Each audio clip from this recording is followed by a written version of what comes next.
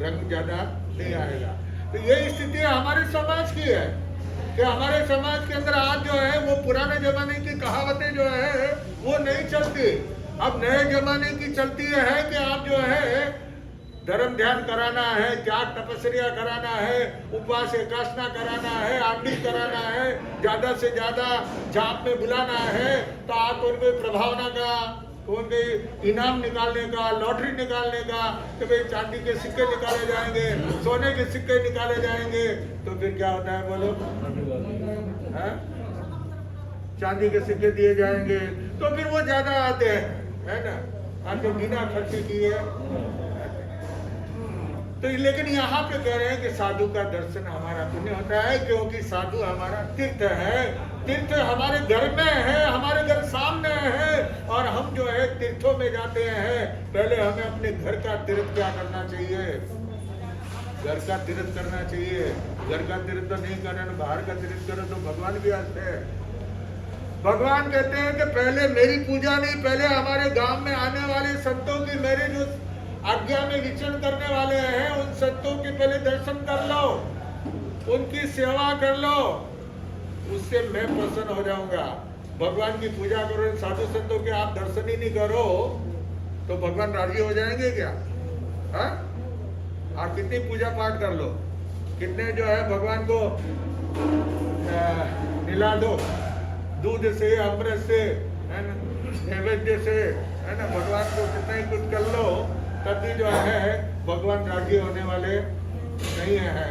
तो इसलिए यहाँ पे कह रहे हैं कि दर्शनम साधु नाम दर्शनम पुण्यम। साधु तीर्थ है। और एक बात आप याद रखिए, आप भी कितने भी तीर्थों में जाएं, वो तीर्थ का फल मिलता है। तीर्थों में दर्शन करने के लिए जाते हैं, उसका फल मिलता है, लेकिन वो कभी कभी देरी से मिलता है। क्या है? लड़का तो जन्म हुए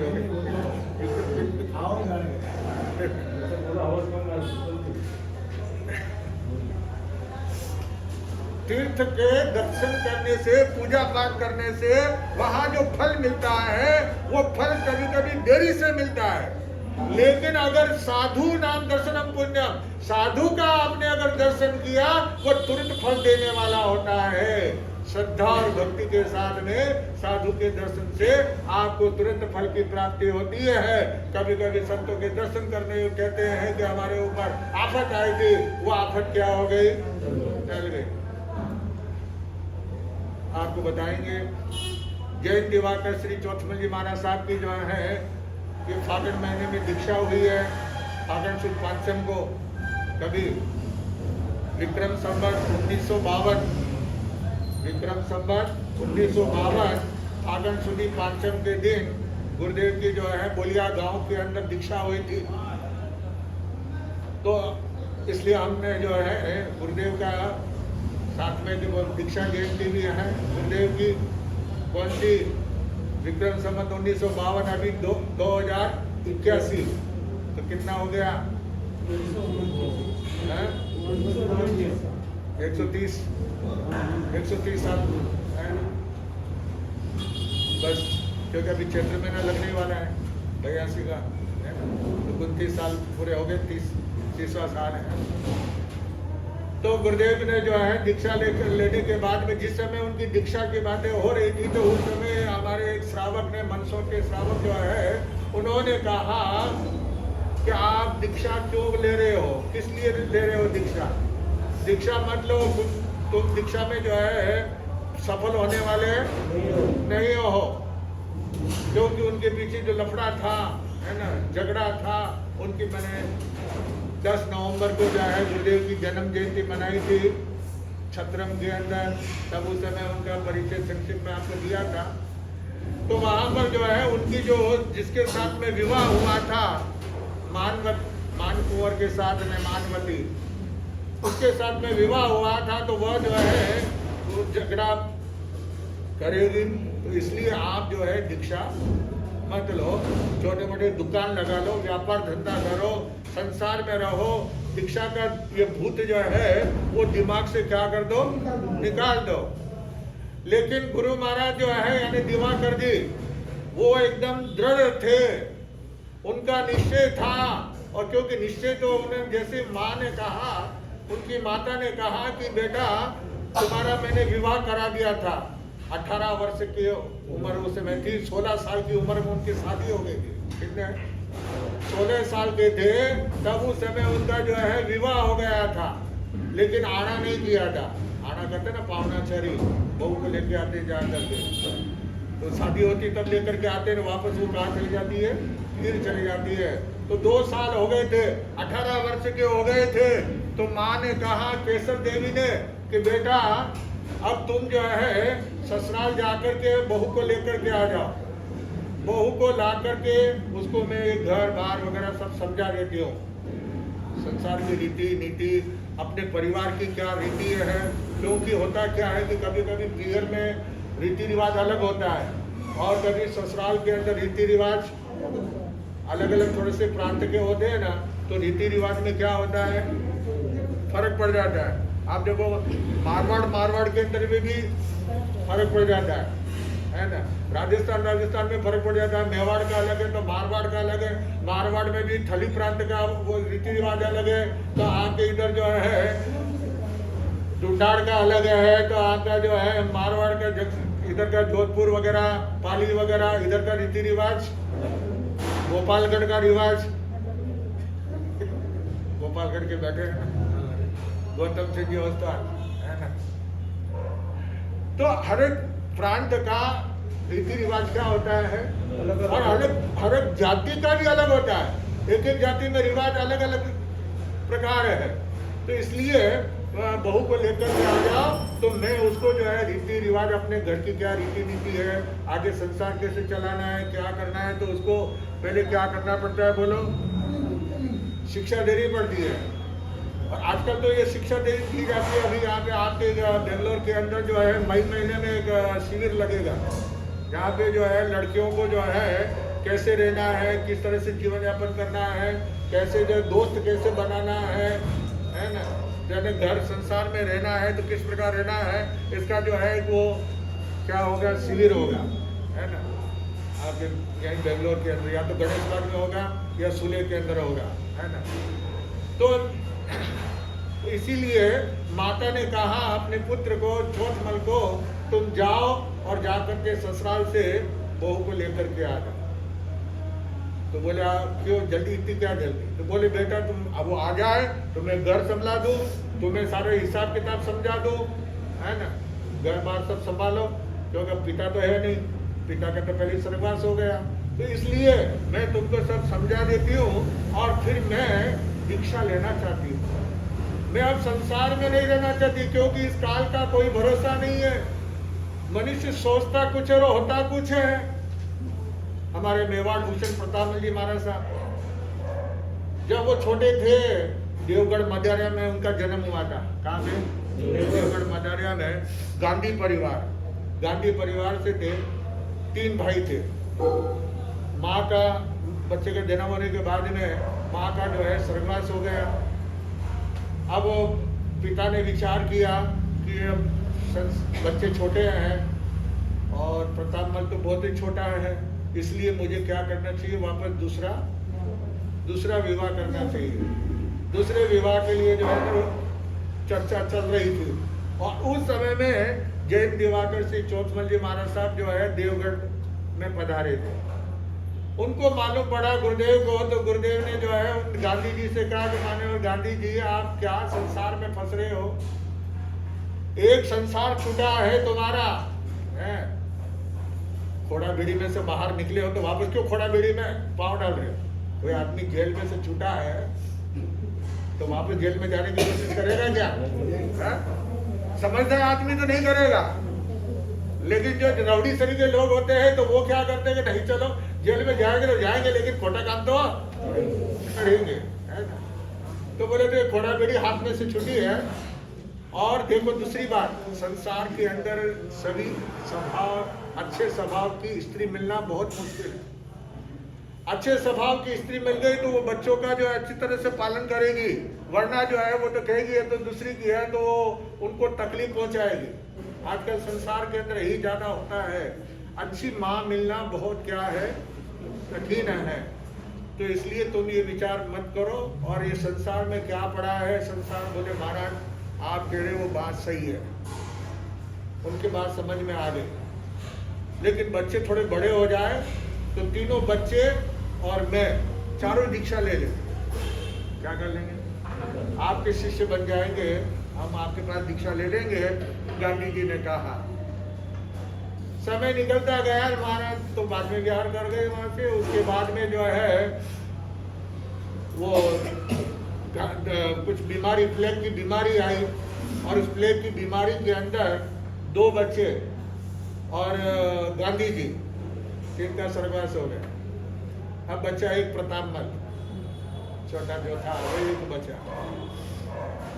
पूजा हमारे आचार्य नंदलाल जी महाराज साहब जो है वहाँ पे पधारे थे देवगढ़ के अंदर। उनको मालूम पड़ा कि चौथमल जी महाराज साहब यहाँ पे आए थे और उन्होंने जो है गांधी परिवार को कहा था। अब उनको पता लगाया तो बाप तो गुजर गया और 2 बेटे भी गुजर गए, अब एक बेटा बचा है।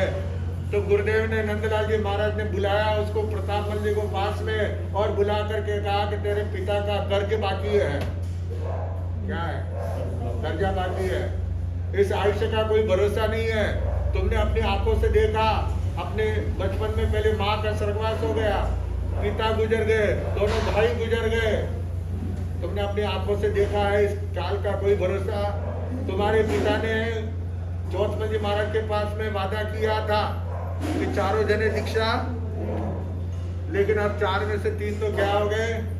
अब तुम बचे हो, अब तुम्हारे पिता का कर्जा है, तुम क्या चाहते हो, क्या तुम्हारा विचार है? बोले मेरे पिता का कर्जा है तो कर्जा बेटे का कर्तव्य होता है कि बाप का कर्जा क्या करे, उतारे। तो मैं दीक्षा लेने के लिए, क्योंकि इस काल का कोई भरोसा नहीं है। हमारे आंखों के सामने हमारे भाई, हमारे पिता, हमारे माँ, ये सब चले गए और हम ऐसा, इस काल का कोई भरोसा नहीं है। मनुष्य को जो धर्म नियम करना होता है, जब जिस समय उसके मन के अंदर भाव पैदा होता है, उस समय अगर वो कर लेता है तो हो जाता है, नहीं तो बाद में थोड़ा ढील में पड़ जाता है। क्या हो जाता है? ढीले हो जाते हैं। मद्रास के अंदर एक बाजार के अंदर एक बार के भाई यहाँ पे थाना वगैरह बनेगा, यहाँ पे ऐसा कार्यक्रम होगा तो उसके लिए मैं 10 लाख रुपया दूंगा। क्या? 10 लाख रुपया दूंगा। फिर वो सब वहाँ पे कुछ हुआ नहीं, कार्यक्रम नहीं बना तो फिर बाद में जो है वो रह गया तो वर्षों निकल गए, और बाद में वहाँ पे वो कार्यक्रम होने लगा तो कहा कि भाई साहब वो 10 लाख, बोले वो तो उस समय की बात थी, उस समय बनाते तो दे देते। अब यानी उस समय तो जो सामने से बोल रहे थे कि ले हैं, और अब जब मानते हैं तो कहते हैं कि वो तो उस समय की बात थी, उस बात को भूल जाओ। गया, रात गई और बात गई, ये हमारी स्थिति हो जाती है। इसलिए जो शुभ काम करना होता है तो हाथों हाथ हो जाता है, वो हमारे लिए शुभ कार्य होता है। इसलिए वो प्रतापमल जी महाराज साहब ने बाद में नंदलाल जी महाराज साहब के पास में दीक्षा ली, जो मेवाड़ भूषण प्रतापमल जी महाराज साहब के नाम से प्रसिद्ध हुए। उनके शिष्य प्रवर्तक रमेश मुनि जी, उनके पोते चले हमारे बड़े भाई विजय मुनि, है ना।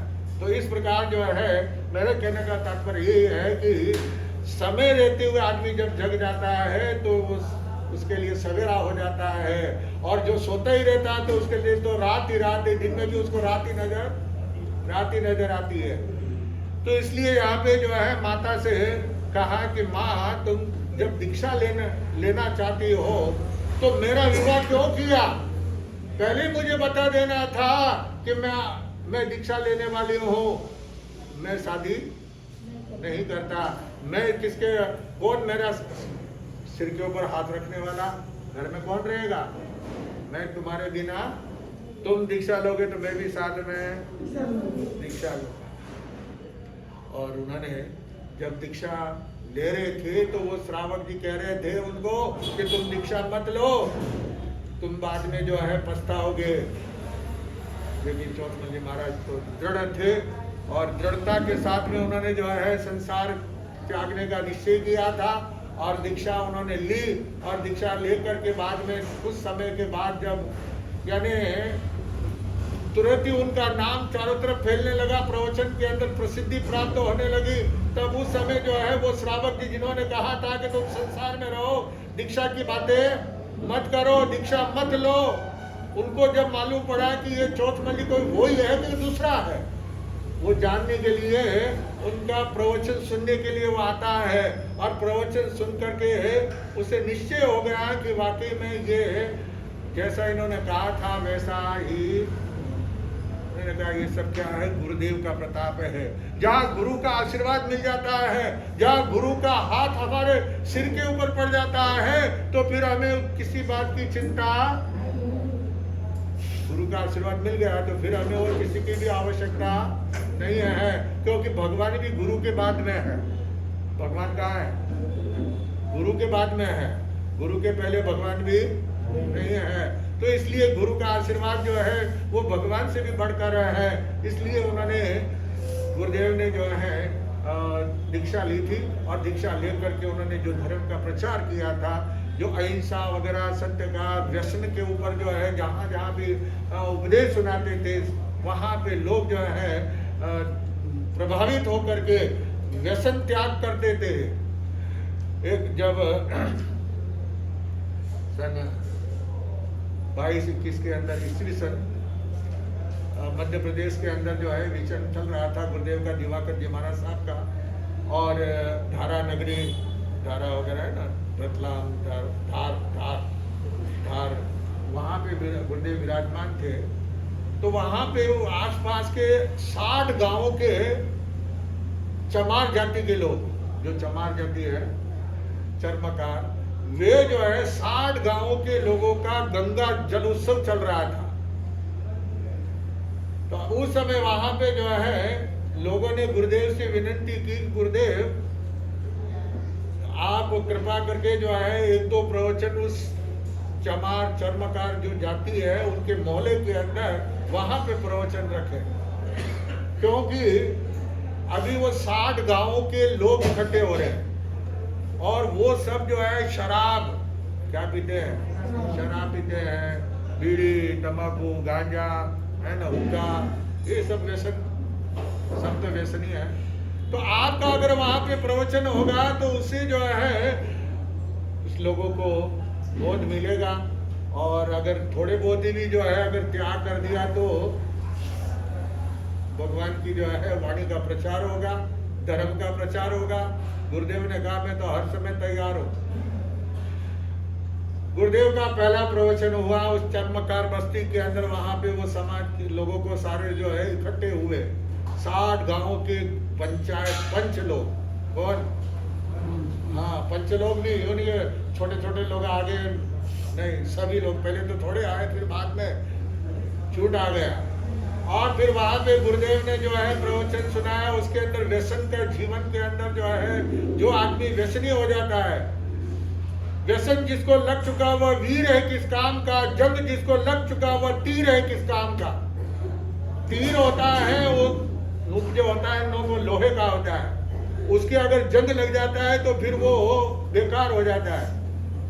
तो इसलिए कहते हैं कि जब जंग लग गया है तो वो तीर किसी काम का, और जो वीर है, योद्धा है, जवान है, और जवान आदमी को अगर व्यसन लग गया तो उसकी जिंदगी क्या हो जाती है, बेकार हो जाती है, धूलदानी धक्के पानी हो जाती है। इसलिए गुरुदेव ने जैसा जो प्रवचन सुनाया, प्रवचन सुनते के उन लोगों के मन में भाव पैदा हो गए, और 60 गांव के वो चर्मकार लोगों ने निर्णय लिया, पंचों ने निर्णय लिया कि आज से हम शराब को बंद करते हैं, शराब को हाथ नहीं लगाएंगे कभी भी।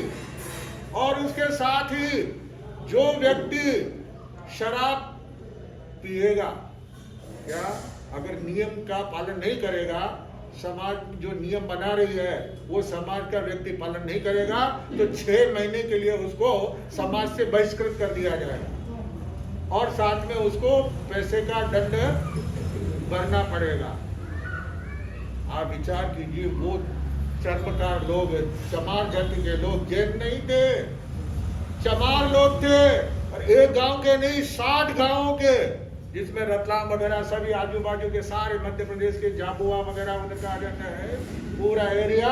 60 गांवों के अंदर ये नियम बनाया था कि शराब नहीं पिएंगे। उन्होंने नियम का लेकर के बाद में खाली बातें नहीं, लिखा पढ़ी के साथ में लिख करके जो है गुरुदेव के हाथों में अर्पण किया कि हम 60 गांव के पंच लोग ये निर्णय हमने लिया है और हम आपकी आत्मा की साक्ष्य से, भगवान की साक्ष्य से हम ये नियम ले रहे हैं। आप विचार कीजिए, ऐसा जो है गुरुदेव का जो है प्रवचन था। ऐसे गुरुदेव का जो है जहाँ भी जाते थे वहाँ पे इंद्रगढ़ के अंदर जो है वहाँ पर ब्राह्मण जाति के अंदर, समाज के अंदर जो है आपस में झगड़ा हो तो पार्टी बदल गई। 1 पार्टी, 2 पार्टी, 3 पार्टी, क्या अलग अलग। थोड़े लोग अपने अपने बना लेते हैं ना, अपनी तरफ खींच लेते हैं ना, तो ऐसे वो पार्टियां बन गई थी। तो गुरुदेव वहाँ पे पधारे थे, तो वहाँ जब प्रवचन चल रहा था, वहाँ प्रवचन के अंदर जो है समाज पूरे लोग 36 कौम गुरुदेव के प्रवचन मकान में नहीं होते थे, क्योंकि मकान में तो पहले दिन भले हो जाए, लेकिन बाद में जैसे लोगों को मालूम पड़ता था तो बैठने के लिए जगह तो उनके तो खुले मैदान में प्रवचन होता था। तो उन्होंने प्रवचन में आए सभी समाज के लोग थे। गुरुदेव ने जो है मुंह से शब्द निकाला, मैंने यहाँ पे ब्राह्मण समाज के जो आपस के अंदर है, मैंने सुना है आपस में कुछ झगड़ा है, तो जो समाज वाले लोग हैं वो जरा क्या हो जाए, खड़े हो जाए। जैसे उन्होंने कहा तो वो समाज वाले लोग खड़े हो गए। पूछा क्या आपस में? नहीं महाराज, कई लोग क्या बोलते हैं बात बुलाने के लिए, नहीं कोई झगड़ा नहीं है। गुरुदेव ने कहा कि जब कोई झगड़ा नहीं है, आओ इधर सामने आगे आ जाओ, गले मिलो। क्या करो? झगड़ा नहीं था, आ जाओ गले मिलो। वो ऐसा हुआ, वर्षों से जिनके आपस में झगड़ा चल रहा था, कोर्ट कचहरी चल रही थी, इंद्रगढ़ के राजा जो है वो समझा करके हार गए थे, लेकिन जो है समाज के अंदर वो फूट मिटी नहीं। और अभी यहाँ पे गुरुदेव के वचनों से जो क्या हो गया, झगड़ा शांत हो गया और आपस में गले मिल गए। उस समय इंद्रगढ़ के राजा जो है दिल्ली गए हुए थे, तो उनको समाज यहाँ से तार भेजा गया कि एक महात्मा आए, चौथमल जी महाराज नाम है, और उन्होंने जो समाज में जो झगड़ा था वो झगड़ा मिटा दिया है, खत्म कर दिया है, सब आपस में मिल गया है एक दूसरे, आप जल्दी आइए। तो उन्होंने वहां से वापस तार का जवाब दिया कि मैं आ रहा हूं, मैं जब तक नहीं आऊं महाराज जी को वहां से जाने मत देना। ऐसे देखो तो सही, ऐसे महाराज कैसे महाराज है। तो राजा साहब आते हैं और फिर वो जब यहाँ पे पहुंचते गुरुदेव के पास में दर्शन किए, उनका प्रवचन सुना, उन्होंने जीव हिंसा वगैरह भी बंद कराई वहाँ पे गुरुदेव के उपदेशों से, और आभार माना कि हम वर्षों से जो है समझा करके हार गए, लेकिन सफलता, लेकिन आपके उपदेश से ये झगड़ा क्या हो गया। मैंने कहा साधु संत क्या है, साधु संत का यही काम होता है, झगड़ा कराना काम नहीं होता, झगड़ा मिटाने की बात करते हैं, आपस में प्रेम भाईचारा प्यार से रहने का जो है संबोधन करते हैं, लेकिन किसी के साथ में लड़ाई करने का कि झगड़ा करो, तोड़ फोड़ करो। जो साधु अगर तोड़ फोड़ करता है, जो साधु समाज को टुकड़ों में बांटने का प्रयास करता है, तो वो साधु नहीं समझ, वो साधुत्व को भूल गए। साधुत्व वो होता है कि जो आपस में प्रेम करना क्या सिखाते हैं, प्रेम करना सिखाते हैं, दूर भगाना नहीं सिखाते हैं, दूर होते उनको पास में लाने का सिखाया जाता है। तो इस प्रकार जो है गुरुदेव जैन दिवाकर श्री चौथमल जी महाराज साहब, जिनका यशस्वी जीवन जिया उन्होंने, 55 साल, कितने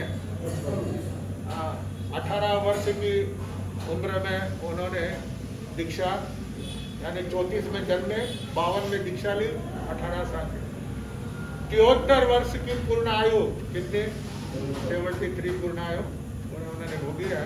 और उनका जो है कोटा के अंदर स्वर्गवास हुआ था। पूज्य गुरुदेव जैन दिवाकर श्री चौथमल्ली महाराज था।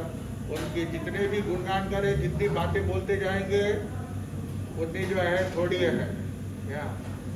पूज्य दिवाकर जी महाराज साहब जो है राजमहलों से लगा करके झोपड़ी तक, जब हमारे राजस्थान के अंदर सम्मेलन हुआ था तो पंजाब के संत सम्मेलन के अंदर आए थे और बाद में राजस्थान में विचरण कर रहे थे। पंजाब केसरी प्रेमचंद जी महाराज वो जो है उदयपुर के अरावली पहाड़ियों में विचरण कर रहे थे, तो उनको जो है कुंथुवास जाना था। गांव के कोई भी बिहार सेवा में नहीं होते तो कभी कभी क्या होता है कि यहाँ तो बड़ी सड़कें हैं, बोर्ड लगे हुए होते हैं, लेकिन छोटे गांवों में जो है कच्चे रास्ते होते हैं और उसमें बोर्ड वगैरह कुछ भी आज वो तो 1500 साल पहले की बात है, 50 साल 70 साल पहले की बात है ना, मेरे जन्म के पहले की बात है। तो इसलिए वो प्रेमचंद जी महाराज जो है पंजाब केसरी वो जब जा रहे थे तो रास्ता भटक गए और जंगल में निकल गए। रास्ता एक गांव का रास्ता एक तरफ रह गया, दूसरे रास्ते जंगल में चले गए बीहड़ के अंदर। जब बीहड़ में आ गए तो वहां पे जो है वो एक भील मिलता है। वो भील ने देखा और कहा मथेर वंदना में, क्या बोला वो? आज अपने श्रावकों को जो है ना मथेर वंदना में बोलना पूरा नहीं आता है।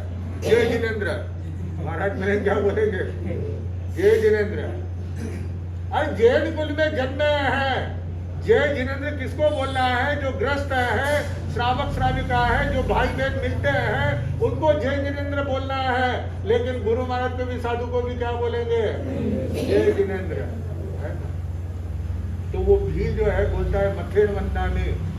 महाराज को बड़ा आश्चर्य हुआ, इस जंगल के अंदर ये आदिवासी भील, लंगोटिया भील, कपड़ा नहीं पहनते, पैंट शर्ट वगैरह नहीं, खाली लंगोटी रहती है और वो तीर कमान वगैरह उनके।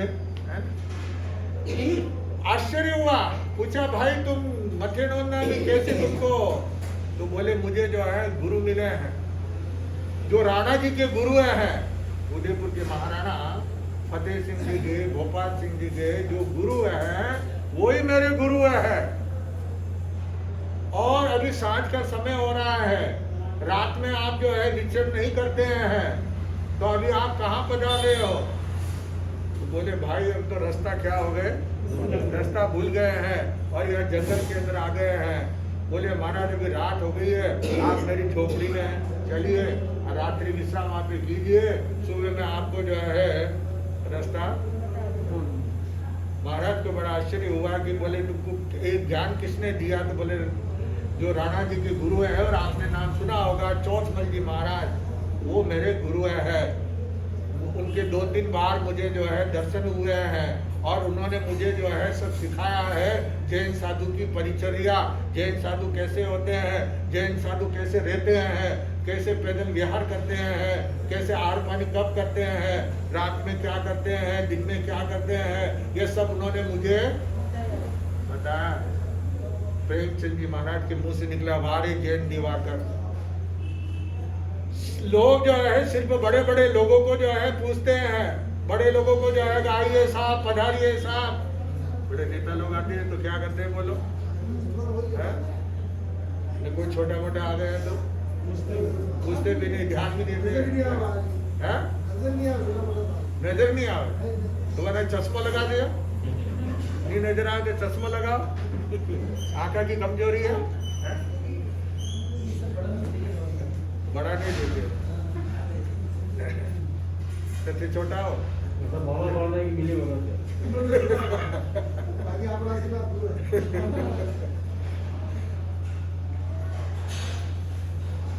ये सब हो गया।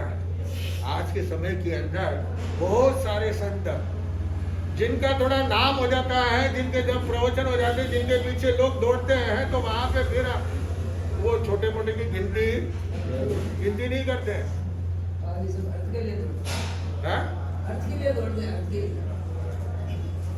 अर्थ के दो लोग, अनर्थ के लिए दौड़ो, गिनती नहीं करते। लेकिन कोई भी आए, चाहे कोई गरीब आया, चाहे कोई साधारण व्यक्ति आया, तो क्योंकि भगवान के शासन के अंदर तो जो है चाहे राव हो चाहे रंग हो, भिखारी आया तो उसको भी भगवान ने जो है उपदेश सुनाया, राजा आया तो उसको भी उपदेश सुनाया, है ना, उसको भी ज्ञान दिया। तो ये तो भगवान का ज्ञान है, तो ये सबको देना चाहिए। तो इसलिए जो है वो प्रेमचंद जी महाराज बोलते हैं, वारे जैन दिवाकर, तुमने महलों से लगा करके झोपड़ी तक जितने राजा रईस थे राजस्थान के और गुजरात के, जहाँ गुरुदेव पालनपुर तक जो है गुजरात में मिशन किया, अपने इधर कर्नाटक तमिलनाडु में वगैरह में, साउथ में नहीं आए, महाराष्ट्र, मध्य प्रदेश, गुजरात, इधर हरियाणा, उत्तर प्रदेश, दिल्ली, है ना, उस तरफ में मिशन किया गुरुदेव ने। और जहाँ भी गए वहाँ पे जो है भगवान की वाणी का उन्होंने, धर्म का, अहिंसा धर्म का और सत्य व्यसन के ऊपर जो है उनका जहाँ प्रवचन होता था, बीड़ी सिगरेट व्यसन पे जब बात करते थे तो लोग बीड़िया मंडप तोड़ करके फेंकते थे, शराब के सोगन ले लेते थे, चोरी करने का त्याग कर देते थे। तो ऐसे गुरुदेव के जो है उन्होंने, और जहाँ पे बलि प्रथा, लाखों जीवों को अभयदान दिलाया गुरुदेव ने। कई मंदिरों के अंदर जहाँ पे जो है बलि चढ़ाई जाती थी, भैंसी की बलि चढ़ाते थे, मुर्गे की बलि और बकरे की बलि चढ़ाते थे, वहाँ पे जो है ऐसे हमारे यश कुंवर जी महासिद्धि मेवाड़ सिंह ने, उसने भी बलि प्रथा जो है, ऐसे कुछ जैसे आचार्य नानालाल जी महाराज, उन्होंने जो है क्या बनाया, कितने लोगों को वीरवाल, है ना, वीरवाल बनाए। जो हिंसाकारी लोग थे उनको जो है धर्म के अंदर लाए। तो ऐसे जो है हमारे पूर्वज जो थे साधु संत, बड़े बड़े संत जो है सभी, चाहे हस्तिमल जी महाराज साहब हो, उन्होंने भी कई लोगों को जो है व्यसन से क्या कराया, व्यसन मुक्ति का जो है संदेश दिया, स्वाध्याय करने का संदेश दिया कि आप जीवन के अंदर कम से कम धर्म जीवन का उत्थान करना है तो स्वाध्याय कीजिए। स्वाध्याय करने से हमें नए ज्ञान की क्या होती है, प्राप्ति होती है। और ज्ञान जब मिलता है तो हमारे आत्मा में जागृति आती है। इसलिए स्वाध्याय का मतलब क्या, स्वाध्ययन करना है। स्वाध्याय का मतलब स्वाध्ययन करना है, सब आत्मचिंतन करना है, तभी वो हमारा स्वाध्याय सार्थक होता है। तो ऐसे हमारे जितने भी बड़े महान संत हुए हैं, बड़े आचार्य हुए हैं, बड़े साधु संत हुए हैं, उन्होंने धर्म का प्रचार भगवान महावीर की वाणी का, क्योंकि एक एक का नाम लेंगे तो बहुत टाइम हो जाएगा, और हमारे पीछे और भी बोलने वाले भी है, बोलने वाले है कि नहीं? हाँ, हमारे है ना, हाँ, बड़ा वक्त है मास्टर साहब। तो देखिए, तो ऐसे पूज्य गुरुदेव जैन दिवाकर श्री चौथम जी महाराज साहब, उनकी जितने भी गुणगान करें, कभी भी करें, क्योंकि जलेबी होती है किधर से भी खाओ। कैसी होती है? गुलाब जामुन मीठा होता है, ठीक है, आप खा लेना, आज खा लेना गुलाब जामुन, गुलाब जामुन खा लेना, रबड़ी खा लेना। तो ये यानी जीवन, अच्छा जीवन जीते हैं तो उनका जीवन ऐसा होता है, आप किधर से भी पढ़ो, उनके जीवन को किधर से भी देखोगे तो आपको उसमें सिर्फ सुगंध खुशबू ही खुशबू आपको मिलेगी। फूल ही फूल, बगीचे में जाते हैं, चारों तरफ क्या होते हैं, फूल ही फूल होते हैं, किधर से भी आप सुगंध लो, चारों तरफ से आपको क्या आती है, खुशबू आती है। ऐसे महापुरुषों का जीवन ऐसे ही होता है, फूलों की तरह होता है, अगरबत्ती की तरह होता है। अगरबत्ती को कहाँ पर भी जला करके रखो, बिना जलाए भी वो अपनी खुशबू, जहाँ पे अगरबत्ती रखी हुई थी उसकी क्या आती है, बोलो, खुशबू आती है, महक आती है। तो ऐसे महापुरुषों का, भले वो हमारे सामने है या नहीं है, लेकिन उनकी महक जो है वो हमारे सामने हमेशा आती है। आइए, रुक क्यों गए?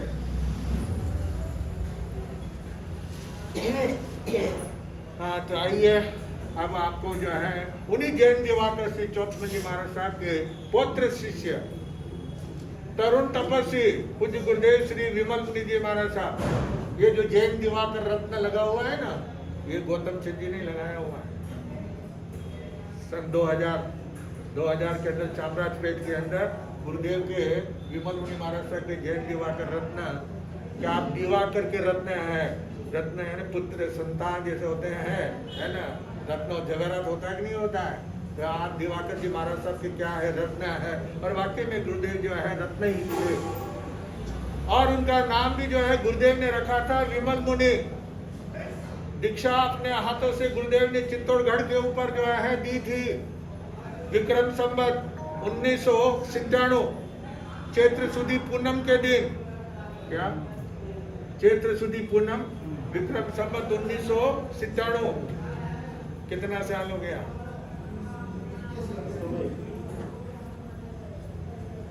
84 में उनका जन्म हुआ था।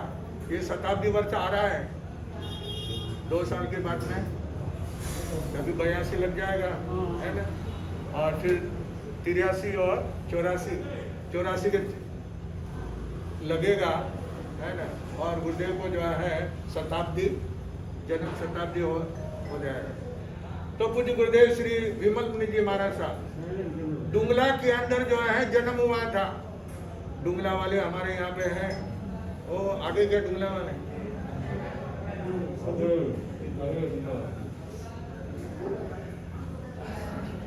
चांद मल्ली के पौधे, है ना, बिल्ली चिन्नी के समुद्र, संजय जी है क्या? तो ऐसे पूज्य गुरुदेव श्री विमल मुनि महाराज साहब का जो है डुंगला के अंदर मानक संजीदक और उनकी धर्म पत्नी सज्जन देवी के कुख से जो है बहुत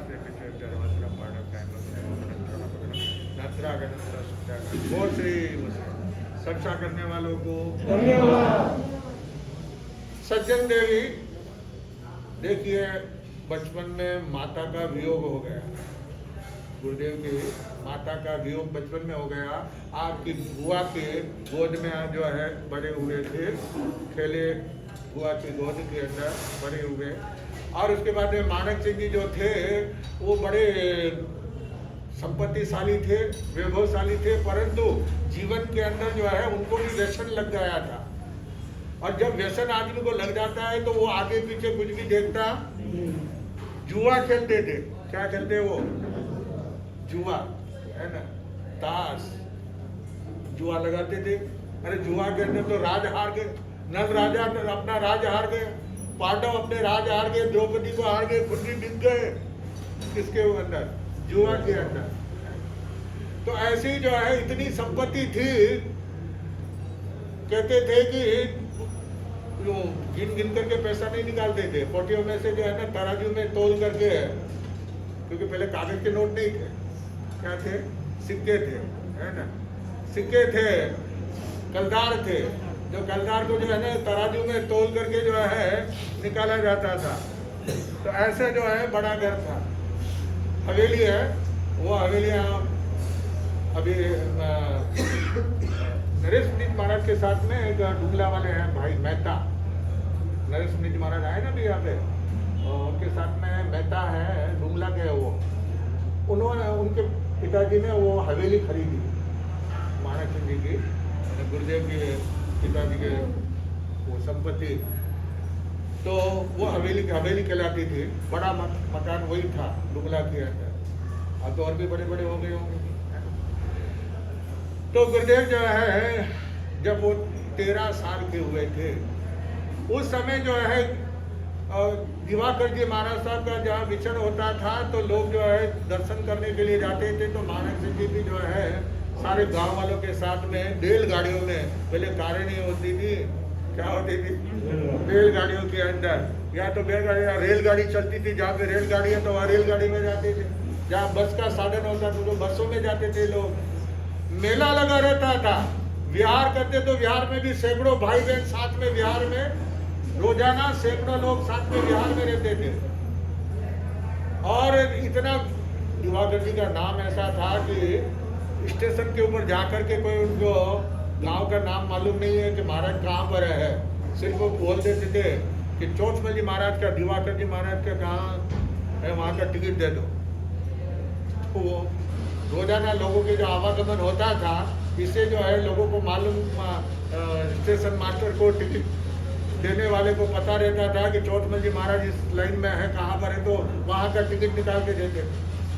पोस्ट ऑफिस वाले को जाकर के जो है किसी को पोस्ट पहुंचाना होता था, गुरुदेव के पास में लेटर पहुंचाना है, तो मिले चौथमल जी महाराज भारत, गांव का नाम नहीं, कोई नंबर नहीं, कुछ नहीं, सिर्फ चौथमल जी महाराज को मिले भारत, इतना से लेटर के ऊपर लिख दिया तो वो लेटर भी वहां पे पहुंच जाता था। इतना नाम था गुरुदेव का। तो हमेशा वो जाते थे, तो जा रहे थे तो रास्ते के अंदर जहाँ पे जो है खाना बनाने के लिए ठहरे थे, तो बच्चे जो होते हैं तो खेल कूद उछल कूद वगैरह करते ही हैं। तो 13 साल की उम्र ही थी, 13वां वर्ष चल रहा था गुरुदेव का, विमल मुनि महाराज साहब का। इनका जन्म नाम वृद्धिचंद था। क्या जन्म नाम वृद्धिचंद था?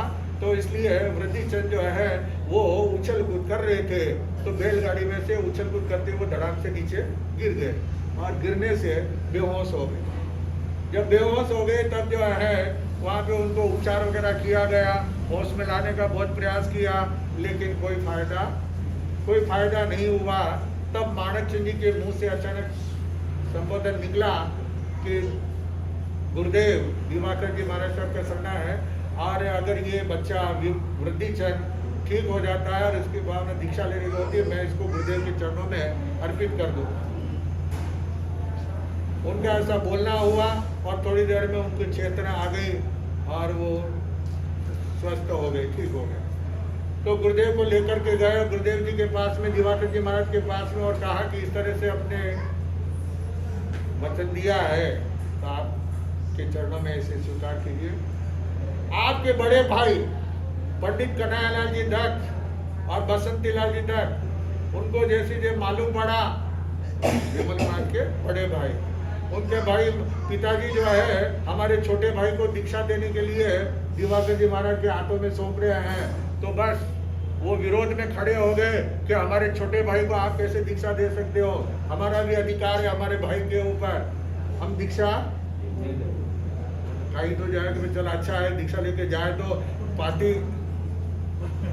दंड की पार्टी नहीं करनी पड़ेगी, है ना, सारे हमें हकदार हो जाएंगे, और दीक्षा नहीं लेगा तो फिर पार्टी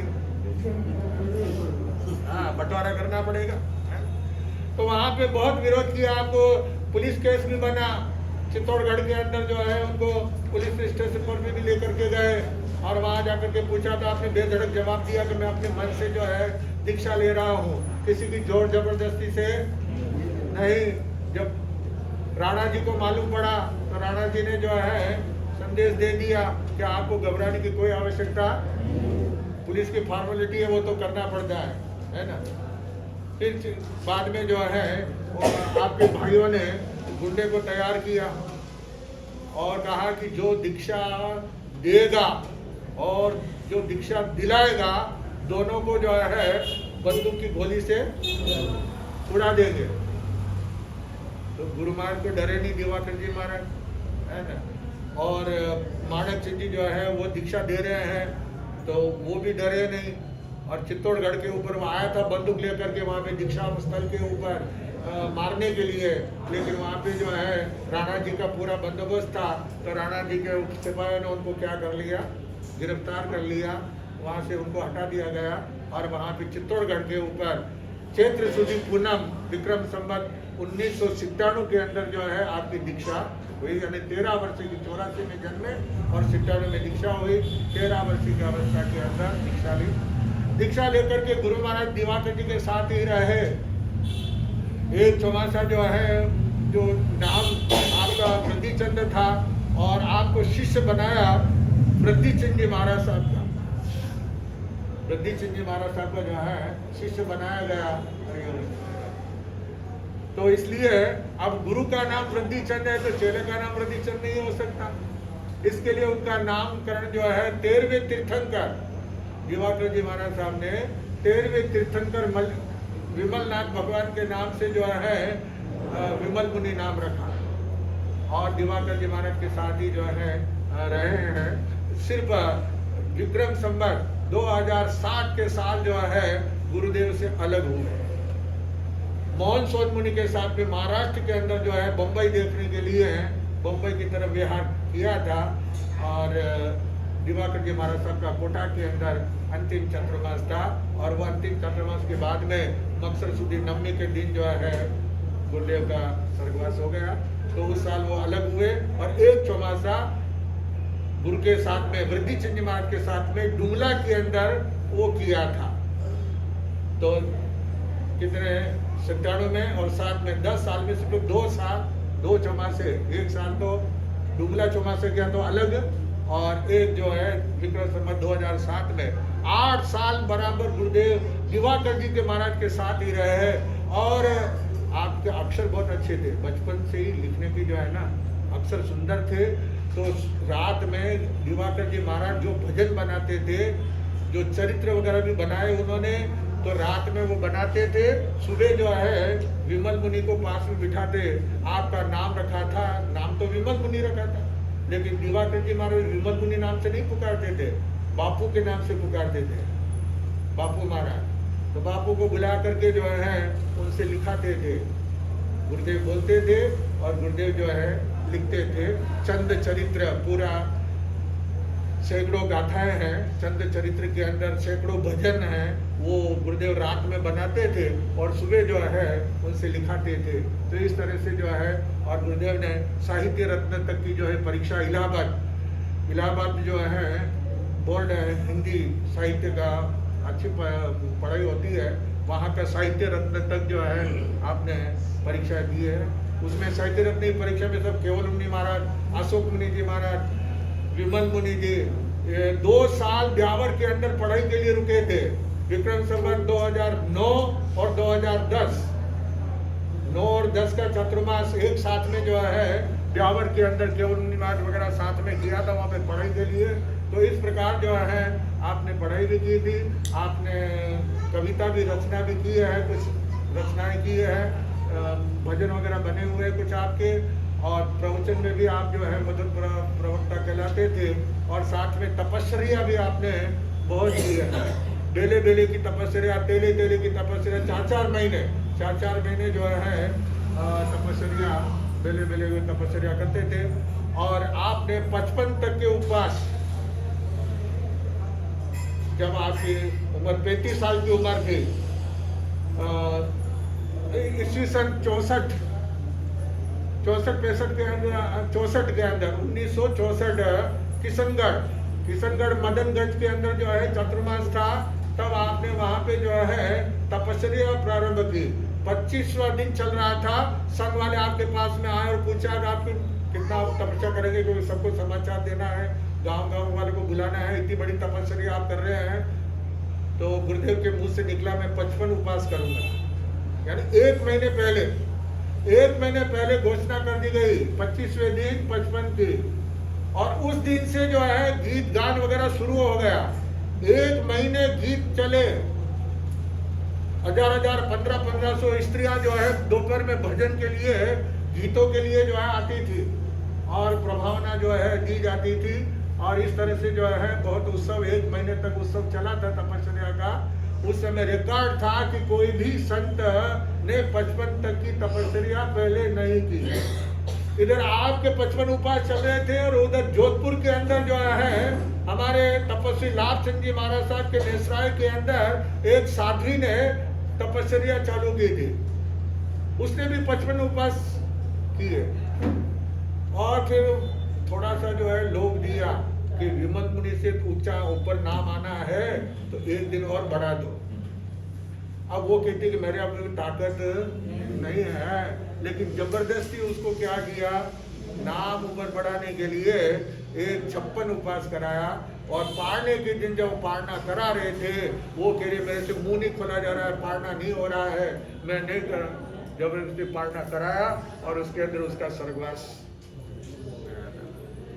तो इस तरह से पहले इतिहास के अंदर ये उस समय के अंदर कोई भी इतनी बड़ी तपस्या साधुओं के अंदर नहीं थी। उसके बाद में तो हमारे श्री राजस्थान वरिष्ठ प्रवर्तक पूज्य श्री रूपचंद जी महाराज साहब ने भी 55 दिन की तपस्या किए हैं। और भी फिर तो बाद में संत, बहुत सारे संतों ने की तपस्या। फिर हमारे सहज मुनि तो 12-12 महीने की तपस्या आपके बेंगलोर में, हाँ गणेश बाग में की है। है ना। तो ऐसे बहुत तपस्या हो रही है, होती है ना, होती रहेगी। तो ऐसे जो है आप 47 उपवास किए, 55 उपवास किए, मांस कमन कई बार किए, मेरे दीक्षा के बाद में मांस कमन किए, 15 और 28 तो विहार करते हुए 15 की तपस्या में, 28 की तपस्या में 25-25 किलोमीटर का विहार करते थे। तो ऐसे पूज्य गुरुदेव श्री विमल मुनि जी महाराज साहब जो हैं उन्होंने आपके साउथ के अंदर तो है विचरण बहुत किया। बेंगलोर में चतुर्मास हुए, मद्रास में, सेलम में, KGF, हैदराबाद, इधर हुबली में, सोरापुर में, है ना। तो इधर बहुत सारे चतुर्मास हुए। और अभी ईस्वी सन 2005 के अंदर फागुन शुद्धि 13 के दिन, आज क्या है, फागुन शुद्धि 13 है, आज के दिन जो है उन्होंने अपनी इस जीवन लीला को जो है शरीर को उन्होंने त्याग दिया था, छोड़ दिया था और संसार से विदा हो गए। उनका आशीर्वाद हमारे साथ में है। कुछ गुरुदेव श्री जो है उनके उपदेशों से कई जगह पे स्थानक भी बने, लेकिन कभी जो है कई नाम किसने लगाया नहीं लगाया तो कोई बात नहीं, है ना। बिना नाम के भी जो है, चाहे हैदराबाद में है, मद्रास में कुंडितोक के अंदर जो स्थानक बना है, तो वो उपदेश वैसे तो जो भी साधु संत आए वहाँ पे उनके उपदेश दिए हैं, उनके नाम भी लगे हैं, लेकिन विमल मुनि का नाम नहीं लगा। और मेहनत जो है विमल मुनि ने किए हैं, है ना। तो हैदराबाद के अंदर जो है कंटोनमेंट के अंदर छावनी आनंद भवन की जो मिला है, भवन बना है, वह गुरुदेव की देन है। तो ऐसे जो है कई जगह के ऊपर, खापरखेड़ा के अंदर, नागपुर के पास, वहाँ पर भी स्थानक बना है। उस स्थानक के अंदर दर्जी, मराठी दर्जी लोग, उन्होंने भी पैसा दान किया। यहाँ तक कि एक इंस्पेक्टर आया था प्रवचन के अंदर, पुलिस इंस्पेक्टर, वो आया तो जहाँ पे स्थानक बनाने की बात चल रही थी तो उसने भी दान दिया पैसा। तो ऐसे जो है गुरुदेव के उपदेशों से स्थानक भी बने हैं। और कई साधर्मी की सेवा जो है गुरुदेव हमेशा, जो गरीब परिस्थिति वाले हैं, साधर्मी हैं, जिनको कमाई का साधन नहीं है, उनके बाल बच्चे को पढ़ाई के लिए या परिवार को चलाने के लिए, तो बहुत सारे जो है एड्रेस वगैरह भी गुरुदेव देते थे। और यहाँ पे साउथ के, बेंगलोर के, मद्रास के कई लोग जो है हमेशा सहयोग करते थे, मनी ऑर्डर भेजते थे। तो इस प्रकार जो है साधर्मी सेवा भी, गरीब दीन दुखी की बात सुनकर के जो उनका हृदय इतना कोमल भी था, कठोर थे तो कठोर भी थे, और कोमल थे तो इतने थे कि किसी की भी दुख भरी बात सुनते थे तो उनके आंखों में क्या आ जाते थे, आंसू आ जाते थे। तो ऐसे पूज्य गुरुदेव श्री विमल मुनि महाराज साहब, उनका हमारे आशीर्वाद है। मैं जो कुछ भी बोल पाता हूँ, जो कुछ भी कर रहा हूँ, वह सब उनके आशीर्वाद से ही हो रहा है। बाकी मैं तो कुछ भी मैं क्या कर सकता हूँ, कुछ भी नहीं है। तो लेकिन आपका सब गुरुदेव का आशीर्वाद से आप सबका साथ मिलता है, उससे सारे कार्य संपन्न होते हैं। तो पूज्य गुरुदेव को मैं जो है अपनी ओर से श्रद्धांजलि अर्पित करता हूँ। और उसके बाद में कुछ भी और भी बोलना होगा, बाद में बोलेंगे। अभी आपने संचालक कीजिए, आइए।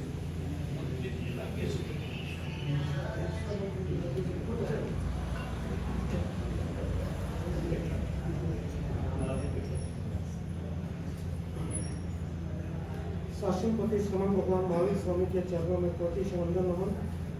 जय आत्मा आनंद देवेंद्र सिंह महेंद्र सौभाग्य के चरणों में सभी दिन नमन करने के पश्चात अद्भुत विराजित जैन दिवाकर प्रसिद्ध वक्ता जगत वल्लभ चौथपंथी महाराज साहब के प्रभु शिष्य तरुण तपस्वी जैन दिवाकर रत्न पूज्य गुरुदेव श्री विमल मुनि जी महाराज साहब के सुशिष्य स्वर्ण संयम आराधक सेवा चक्रवर्ती सेवा शिरोमणि जिन शासन प्रभावक सरस्वामी भूषण पूज्य गुरुदेव श्री वीरेंद्र मुनि जी महाराज साहब के चरणों में सभी नमन करने के पश्चात धर्म सभा में पधारे हुए समस्त श्रावक श्राविकाओं का श्री सकल जैन संघ मंजूनाथ नगर शिवनगर हार्दिक स्वागत अभिनंदन करता है।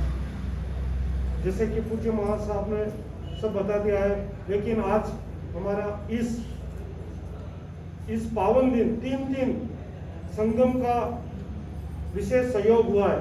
जैसे जैन दिवाकर प्रसिद्ध वक्ता चौथपंथी महाराज साहब की 130वीं दीक्षा जयंती एवं पूज्य गुरुदेव तरुण तपस्वी जैन दिवाकर रत्न श्री विमल मुनि जी महाराज साहब की 20वीं पुण्यतिथि और 30वां पूज्य गुरुदेव का हमारे श्री सकल जैन संघ मंजूनाथ नगर पर असीम कृपा करके सन 2024 का हमारे को यशस्वी चातुर्मास प्रदान किया। उसी के उपलक्ष्य में हम श्री सकल जैन संघ मंजूनाथ नगर शिवनगर सकल जैन संघ द्वारा पूज्य गुरुदेव को हम एक पदवी के द्वारा अलंकृत कर रहे हैं। आज हमारी इस धर्म सभा में ऑल इंडिया श्वेतांबर वासी स्थानक जैन राष्ट्रीय महामंत्री श्रीमान कन्हैयालाल जी सुराना एवं मोक्ष द्वार के संपादक श्री गौतम चंद जी ओसवाल एवं अनेक विभिन्न उपनगरों से गणमान्य सदस्य पधारे हैं। मैं उन सभी का तहे दिल से हार्दिक स्वागत करता हूँ। अब गौतम चंद जी ओसवाल अपने भाव प्रकट करेंगे, कृपया पधारें।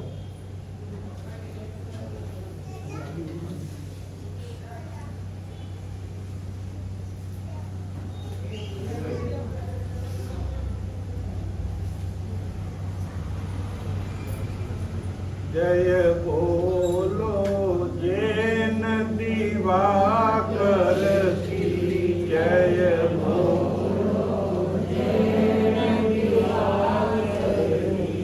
जन जन के वल्लभ गुरुवर की जन जन के वल्लभ गुरुवर की जय बोलो जैन दिवाकर। अहिंसा के अवतार श्रमण भगवान महावीर को कोटि कोटि वंदन करते हुए युग दृष्टा युग मनीषी महान त्याग के धनी जगत वल्लभ प्रसिद्ध वक्ता जैन दिवाकर चोतपल जी महाराज और उनके साथ में पूज्य प्रवर्तक वृद्धि चंद जी महाराज, जिनको दक्षिण भारत में खूब देखा, खूब जिनका सानिध्य पाया, ऐसे तरुण तपस्वी श्रद्धेय श्री विमल मुनि जी महाराज आदि चारित्र आत्माओं को वंदन करने के पश्चात आप और हम सब के सामने विराजमान सेवा चक्रवर्ती, सेवा शिरोमणि, पूरे भारतवर्ष में इतनी लंबे समय तक गुरु की सेवा करने वाले एकमात्र यदि कोई संत है तो श्रद्धेय वीरेंद्र मुनि जी महाराज, उनको हम भावपूर्वक कोटि कोटि वंदन नमन करते हैं। श्री सकल जैन संघ मंजूनाथ नगर शिवनगर बेंगलोर के प्रांगण में आज का यह शानदार गुरु देवों के पावन दिवस के उपलक्ष्य में जो संघ ने निर्णय किया, काबिले तारीफ है। दो तीन बातें मैं आपको कहना चाहूंगा। एक तो आपके सामने प्रश्न है मेरा कि मूली और मुपत्ति में कौन मोक्ष का अधिकारी है? बताइए जल्दी।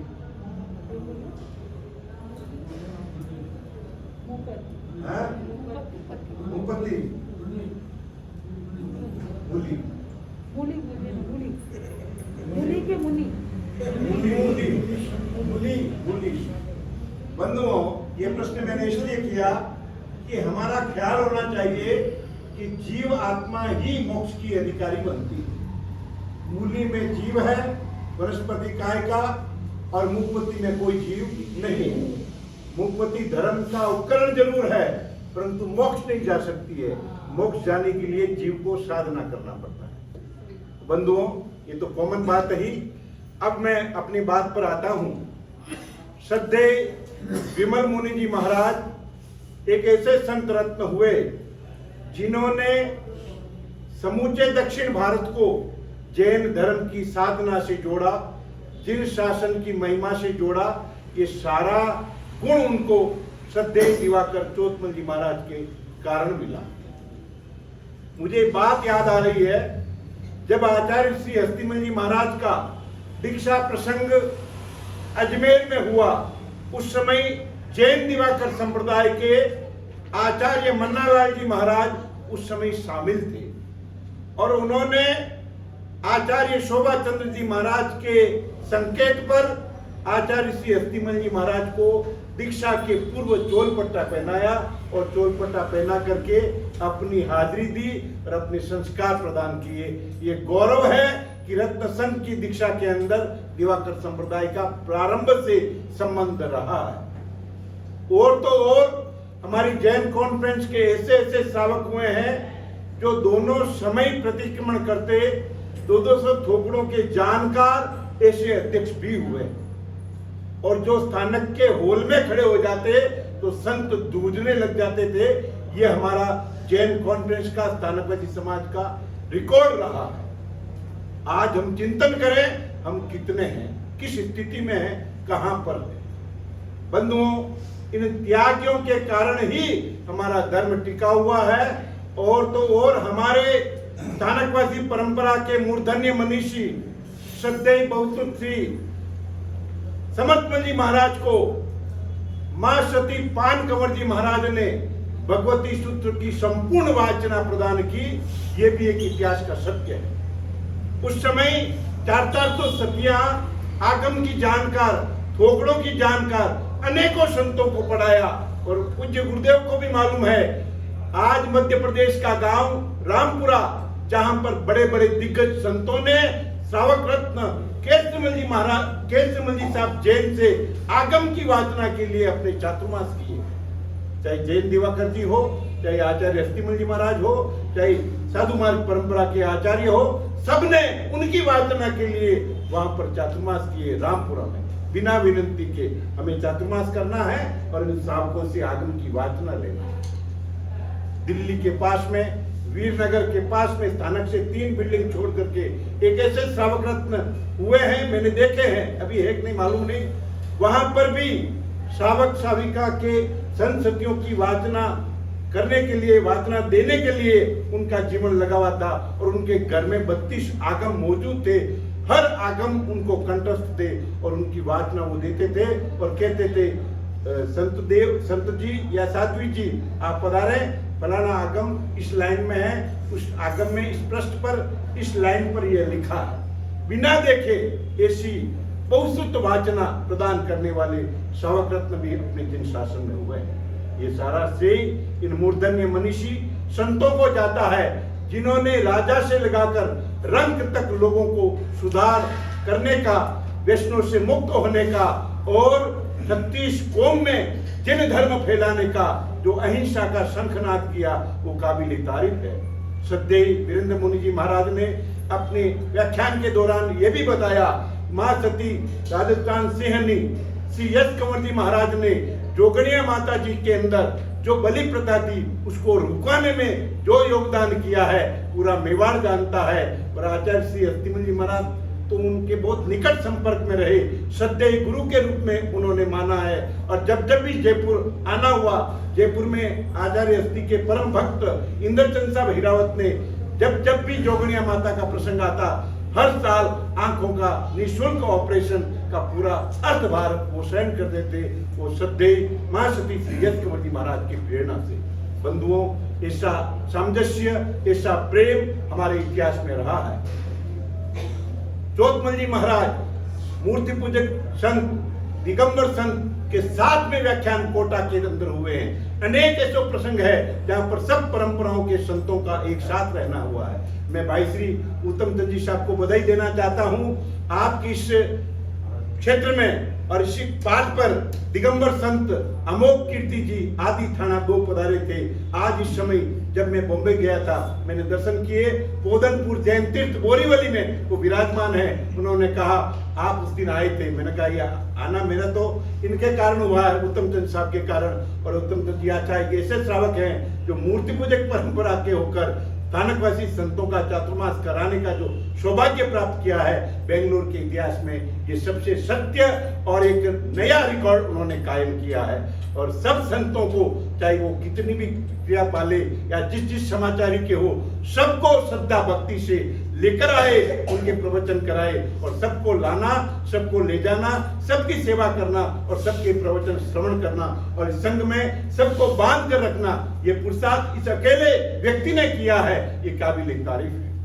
बंधुओं, ऐसे व्यक्ति प्रेरणा के योग्य होते हैं जो धुन के पक्के, और लगन के पक्के होते हैं, हर कदम अपने जीवन में आगे बढ़ते हैं। आज भाई श्री कन्हैयालाल शाह सुराणा जो हमारे कॉन्फ्रेंस के राष्ट्रीय मंत्री हैं और उनके जीवन पर पूज्य प्रवर्तक अंबालाल जी महाराज, विस्तृत विद्वान महामंत्री सौभाग्य मुनि जी महाराज जैसे संतों की कृपा रही है, फिर भी वो एक ऐसे व्यक्ति है हर संत की सेवा में बराबर पहुंचते हैं, सबको संभालते हैं। अभी अभी आपने अपने मंत्रित्व काल में मां सती यश कंवर जी महाराज की निष्ठावर्ती उनकी शिष्याओं का मां सती प्रज्ञा ज्योति कुशल संबोधि मां सती श्री सुधा कंवर जी महाराज का चातुर्मास विजयनगर में संपन्न करवाया। पूरा संघ का सहयोग रहा, परंतु मूल कमान मंत्री के हाथ में होती है, वो आपने संभाली, ये काबिल तारीफ है। बंधुओं, का भी है और अनेक शावक शाविकाएं आज मौजूद हैं। बंधुओं, ये ऐसा प्रसंग है जब हम याद करते हैं इन महापुरुषों को, और मैं सबसे ज्यादा याद करता हूँ तरुण तपस्वी विमल मुनि जी महाराज को।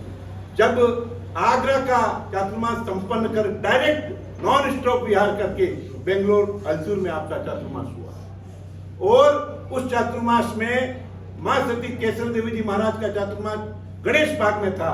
4 दीक्षाएं हो रही थी। तत्कालीन मुख्यमंत्री गुंडूराव थे और corporation ground Shivaji Nagar bus stand के पीछे वहां पर दीक्षा प्रत्याख्यान कराने का सौभाग्य भी गुरुदेव श्रद्धेय विमल मुनि जी महाराज को मिला।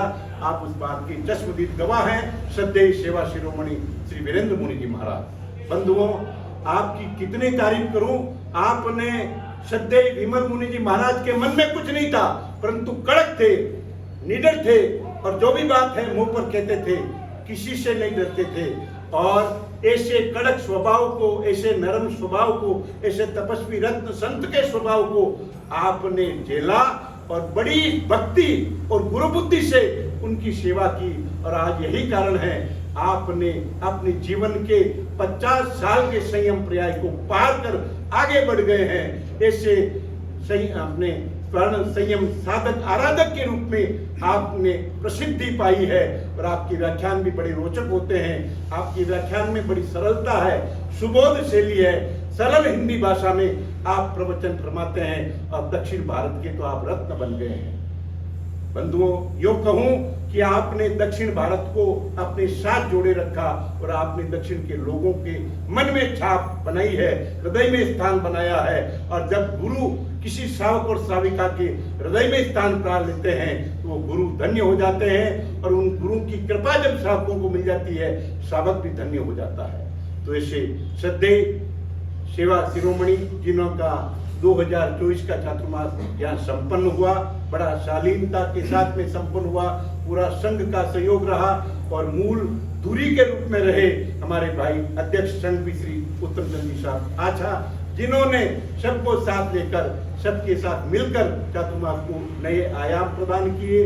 और बेंगलोर में पिछले वर्ष 2024 में 19 चौमासों की श्रृंखला थी, उसमें भी आपने पूरा सहयोग दिया और अच्छा नाम कमाया, अच्छा यशस्वी चातुर्मास रहा। और पास में स्थित कल्याण मंडप में लंबे समय तक प्रवचन आदि के कार्यक्रम चले, अनेक विशिष्ट आयोजन भी हुए, समय समय पर विशिष्ट लोगों का भी आवागमन हुआ।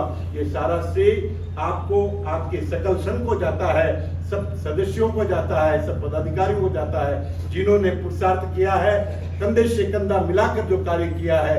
और परंतु इनके मन में एक ही धुन थी कि मुझे सब काम करना है, तो इन्होंने कर दिखाया। तो ऐसे धुन के धनी भाई उत्तम चंद जी साहब आछा, जो संघवी पद से विभूषित है, इनके परिवार ने 1100-1200 लोगों की तीर्थ यात्रा करवा करके पूरा सौभाग्य प्राप्त किया।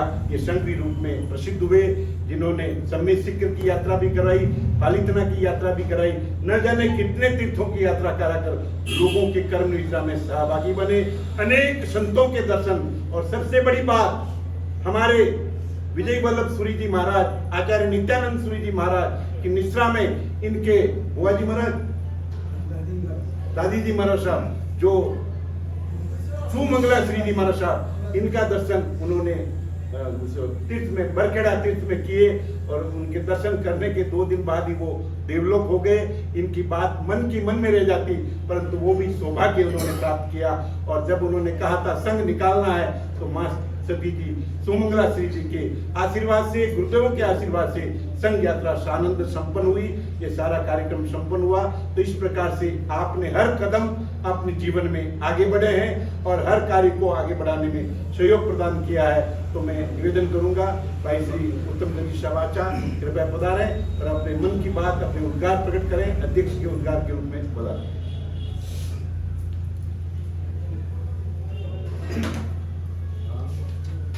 सादर जय जिनेंद्र। परम पूजनीय वीरेंद्र मुनि जी महाराज साहब के चरणों पर मैं कोटि कोटि वंदन करने के तत्पश्चात अत्रुल जाति धर्म प्रेमी बंधु, आपको कहने से पहले मेरे को बहुत हर्ष होता है कि मंजूनाथ नगर सकल संघ जैन 2000 में उनकी स्थापना हुई थी और हमारे मन में बात आ कि हम मंदिर भी बनाएंगे, लेकिन कारणवश कोई मंदिर नहीं बन सका। तो मैं राकेश जी भाई ने कहा मेरे मन के अंदर एक बात है, ऐसे करो मंदिर तो बनाएंगे, टाइम आएगा तब बनेंगे, एक चौमासा आप जरूर करना है हमारे साथ। जब राजा जी नगर चौमासा नहीं हुए तब हमारे को बोलना, तो हम मंजूनाथ नगर में जरूर कराएंगे। कारणवश हमारा राकेश जी से और वार्तालाप हुई, बता से जी वार्तालाप हुई कि महाराज साहब वीरेंद्र मुनि जी का चौमासा कराने का एक्चुअली में देखा जाए तो 2021 में महाराज साहब से ऐसे ही दर्शन करने के लिए गए थे। तो महाराज साहब ने बोला हमारे मंजूनाथ नगर में चौमासा करना है। तो महाराज साहब ने आशीर्वाद दिया, अच्छा देखेंगे करके बोला, लेकिन टाइम का कुछ बोल नहीं सकते हैं। जब राकेश जी ने बात की तो 3-4 दिन के अंदर मैं क्यों भाई चौमासा करा देंगे चलो। तो हमारे सकल संघ के सभी मेंबर गए, महाराज साहब से विनती की। महाराज साहब हमारे 2024 की चौमासा की स्वीकृति दी, हमारे को बहुत खुशी हुई और इधर आके हम सभी बहुत भूले नहीं समय कि आपने क्या सोचा और क्या हो गया। तो महाराज साहब ने बहुत अपनी मन से 2024 का बेंगलोर के अंदर बहुत धामधूम से हमारा ये चौमासा हुआ। 2 महीने के लिए मैं गंगा मानी गंगा चौधरी में फंक्शन हुआ था 2 महीने के लिए, और बड़े आराम से महाराज साहब को कोई तकलीफ नहीं पड़ी। लोग बोलते थे किधर से क्या करेंगे हम, मैं क्यों, भगवान की मेहरबानी है, महाराज साहब का आशीर्वाद है, कोई किसी की बात की कमी नहीं लगी। 2-4 महीने चौमास हो गए, हमारे को मालूम नहीं पड़ा। फिर बाद में कुछ बात है कि आपके होली वो तो चौमास हो गया, अभी ऐसे करो होली चौमासे के लिए महाराज साहब को विनती करो। तो हम भी हमारे संघ के मेंबर गए और वहां से महाराज साहब को विनती करने के लिए कि भाई आपने चौमासा कर दिया, अभी होली चौमासे भी आप फरमा दो ताकि हमारा क्षेत्र खाली नहीं रहेगा। तो महाराज साहब ने स्वीकृति दी। मैं श्री सकल संघ से और हमारे किसी सदस्य से चौमासा के अंदर और होली चौमासे के अंदर किसी प्रकार की कोई अव्यवस्था हुई तो हम सभी आपसे क्षमा याचना चाहते हैं। और जो हमारा ये चौमासा किया तो हमारा भी क्या मंजूनाथ नगर एक्चुअली में कोई जानता नहीं था। आपके चौमासा से अभी हमारे सब लोग जानने लगे भी मंजूनाथ नगर भी है और उधर भी चौमासा हुआ है। महाराज साहब को ये सभी आपका आशीर्वाद है। जब तक गुरुदेव का आशीर्वाद होता है और गुरुदेव का आशीर्वाद होता है तो कुछ भी बात बाका नहीं हो सकता है। और हमारे गौतम जी उस बार इन्होंने हमारी रूपरेखा जब चौमासा हुआ तो इनको भी हम पूछते रहते थे, ये भी रूपरेखा बताते थे। हमारे शांतिलाल जी किवेसरा, सुवालाल जी किवेसरा, मैं बोला भी हमारा मंजूनाथ नगर तो छोटा क्षेत्र है, हमारे को चौमासे के बारे में कुछ इतनी जानकारी नहीं है। आप जैसे बोलेंगे हम डरेंगे, इंजन आपको हम तो लपे है। तो आपने सुचारू रूप से कोई भी कार्य का काम करना होता तो पहले हम इनको पूछते थे भी क्या काम करना क्या नहीं करना। इनके आशीर्वाद से हमारा चौमासा बहुत अच्छी तरह से हुआ। और बाहर से आए हुए हमारे कन्यालाल जी साहब, हमारे शांतिलाल जी साहब और सभी बाहर से आए हुए सभी मेहमानों का हम आपको स्वागत और अभिनंदन करते हैं। और आपको हम ज्ञात करना है कि हमारे इस जैन समाज के अंदर सकल संघ के अंदर करीबन 65 सिंगाड़े इधर आए हुए हैं। करीबन 275 साधु साध्वी इधर आए हुए हैं। सब दिगंबर हो, तेरापंथी हो, मिदर मार्गी हो, कोई पंथ का साधु संत आएंगे तो हम उधर लेकर आएंगे। और आपका सहयोग होना बहुत जरूरी है, ये बात समझना। हमसे यही आपसे आशा करते हैं कि जब भी कोई प्रोग्राम है तो आपको व्हाट्सएप द्वारा सूचित कर दिया जाएगा। आपको इस प्रोग्राम में जरूर आना है। और इसी कुछ में आपसे कहने में कोई मेरे गलती हुई तो आपसे क्षमा याचना चाहूँ। सादर जय किरण। अब श्रीमती गीता बाई तक अपने विचार करें।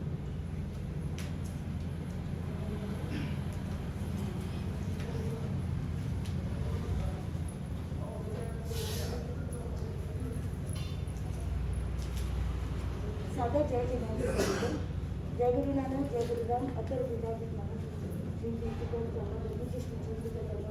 नमन।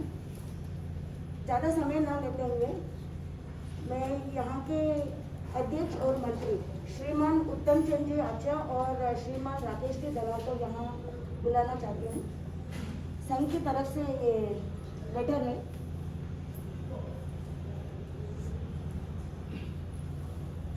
संघ की तरफ से ये लेटर है। आइजन मैजन ये कैंप लग रहा है यहाँ बैंगलोर में। ये आइजन मैजन कैंप क्या है? ये अपने अविवाहित लड़कियों के लिए 13 साल के ऊपर और 30 साल की उम्र की लड़कियों के लिए, सिर्फ ये लड़कियों के लिए कैंप लग रहा है। बोर्ड भवन में लग रहा है। 7 मई से 15 मई तक आवासीय कैंप है, रेजिडेंशियल कैंप है ये पूरा। इस कैंप में क्या सिखाया जाता है, मतलब आज की दुनिया में मतलब कैसे रहना है अपने को, किस तरह से अपने को रहना है। और इस कैंप में बच्चों को संस्कार कैसे दिया जाता है और जीवन को, उनके जीवन को कैसे तराशा जाता है और आध्यात्मिक और उनको कैसे मतलब नवयुग का कैसे उनको जीवन शैली जीना है, तो इसमें सारा है। तो आप सबसे अनुरोध करती हूँ, आपके घर में बच्चियाँ हैं उनको मोटिवेट कीजिए। छुट्टियों के दिन है, समर डेज है, आप सब समर में नानी के दादी के यहाँ जाते हैं, इसके बजाय इस कैंप में आप भेजिए, उनका जीवन निर्माण कीजिए।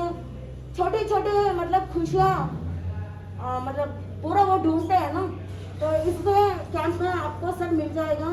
यहाँ पे ये QR कोड है, इसको स्कैन करके अपने बच्चों को रजिस्टर करवा सकते हैं। नहीं तो राकेश जी दलाल से मतलब वो फॉर्म देके जाऊंगी। अगर आप अपने बच्चों को भेजेंगे, उनका जीवन कैसे इम्प्रूवमेंट आता है, मतलब इमोशन, अपने भावों पे कैसे कंट्रोल करना, अपने इमोशन पे कैसे कंट्रोल करना, फेक फ्रेंड्स को कैसे पहचानना, रियल फ्रेंड्स को कैसे अपने जीवन में अपनाना, तो इस तरह के उनको इस कैंप में पूरे मोटिवेट किया जाएगा, उनको पूरा सिखाया जाएगा। तो आप सब माताओं से और भाइयों से सबसे अनुरोध है कि आप सब अपने बच्चों को इस कैंप में भेजें। आप पिक्चर होटल सब भेज दो, लेकिन मैं आपसे अनुरोध करती हूँ कि इन बच्चों को इस कैंप में भेजिए। आप देखेंगे कि उनके जीवन में कितना परिवर्तन आया है। इस कैंप में जाने के बाद उनको बहुत परिवर्तन आता है और अपने माता पिता का वैल्यू क्या है अपने जीवन में, उनका वो पहचान में आएगा। नहीं तो माता पिता का वैल्यू वो नहीं समझते। इस कैंप पे जाने के बाद गुरु के प्रति श्रद्धा, माता पिता के प्रति वो जो वैल्यू और डेडिकेशन, वो सब अपने जीवन में वो सुधार लाएंगे, बहुत चेंजेस आएंगे। तो ये यहाँ पे ये है, तो आप जो भी इच्छुक है प्लीज आप फॉर्म भरिएगा और अपने बच्चियों को मोटिवेट करके इस कैंप में भेजिएगा। 13 साल से ऊपर के बच्चों के लिए है ये कैंप और 30 साल तक अविवाहित तक के लिए। तो सादा जय जिनेन्द्र। कल दोरबलापुर में मां सती श्री स्वागत श्री जी महाराज के सानिध्य में जाने का सौभाग्य प्राप्त हुआ। विल्सन गार्डन संघ के चातुर्मास की विनंती को लेकर विल्सन गार्डन संघ के पदाधिकारी और साथ में मैं गया था, तब उन्होंने इस शिविर की बात रखी कि 13 ईयर से लगाकर 13 साल की उम्र तक के बच्चियों के लिए गोडवार भवन में मां सती जी के सानिध्य में अनेक 5-5, 6-6 लाख रुपए लेने वाले ऐसे मोटिवेट स्पीकर भी आ रहे हैं इस शिविर में, जो सारी बातें समझाएंगे और सब प्रकार की जानकारी देंगे। बहुत स्पेशल शिविर है बेंगलोर के इतिहास में, पहली बार ऐसा हो रहा है। ये सारा कार्य साधु मार्गी संघ ने उठाया है। हम साधु मार्गी संघ को ऐसे शुभ आयोजन के लिए धन्यवाद देते हैं कि आजकल हमारे जैन समाज की बच्चियों की स्थिति क्या है, किस प्रकार संस्कार प्रदान हो, क्योंकि पुराने जमाने में तो संयुक्त परिवार होते थे, माता पिता भाई बहन दादा दादी एक एक परिवार में 100 member 75 member 80 member 50 member 20-30 member होते थे, तो सारी व्यवस्थाएं ऑटोमेटिक अनुभव से आ जाती थी। अब एकल परिवार हो गए हैं, सारे संस्कारों की कमी है, तो इस व्यवहारिक जगत की जानकारी के साथ में जैन संस्कारों की बात भी बताई जाएगी। ये सारा विश्लेषण माँ सती स्वागत श्री जी महाराज ने बताया है। और सबसे बड़ी बात बता दूं आपको कि माँ सती स्वागत श्री जी महाराज की दीक्षा क्रिया 6 साल की, उनके बाद में सेकंड नंबर की 5 साल, फिर 3 साल, फिर 1 साल, इस प्रकार इतनी कम छोटी उम्र की साधवियां इतनी एक्सपर्ट है इस मामले में। तो जब हम देखेंगे तो हमें लगेगा वास्तव में जैन शासन में ऐसे साधु साध्वी भी हैं जो 25-25 लाख का पैकेज छोड़ करके अरबों की संपत्ति और परिवार को छोड़कर दीक्षित होते हैं। उनका जीवन अपने आप में अलग होता है। ये रिकॉर्ड वर्तमान में आचार्य श्री रामलाल जी महाराज, तपस्वी राज परंपरा के ज्ञान गठाधिपति प्रकाश मुनि जी महाराज की परंपरा में वर्तमान में जो दीक्षा हो रही है, वास्तव में ऊर्जावान दीक्षा हो रही है, हम उनकी अनुमोदना करते हैं। भाई उत्तम चंद जी के बारे में 2 बात मुझे याद आ गई कि इनका लाभ उठा लेना, न जाने कब ये दीक्षा ले ले, इसलिए इनके हर कार्य को आप सहयोगी बनाना। जब जी चौमासा हो, जब सरस्वती आए, तब हर कार्य में इनके साथ रहना। कब इनका भाव जगह कुछ मालूम नहीं पड़ता है, इसलिए इनका पूरा लाभ उठाना और इनको पूरा सहयोग देना ताकि सकल जैन संघ की नींव मजबूत बनी रहे, ऐसी हम अपेक्षा करते हैं। अब मैं निवेदन करूंगा हमारे कॉन्फ्रेंस के राष्ट्रीय मंत्री श्री कन्हैयालाल जी साहब जोड़ना आगे पधारे तो अपने मन के विचार प्रकट करें। और धर्मसभा में हमारे श्री रामपुर संघ के चेयरमैन शांतिलाल साहब, अध्यक्ष तारा चंद्र गुजरिया और गोला यादव और राधानगर संघ के अध्यक्ष प्रकाश चंद्र सामोलिया, महामंत्री कॉन्फ्रेंस के और संघ के 2 महामंत्री का पद संभालने वाले भाई हिमचंद दलाल जी हैं, सबका हम हार्दिक स्वागत करते हैं।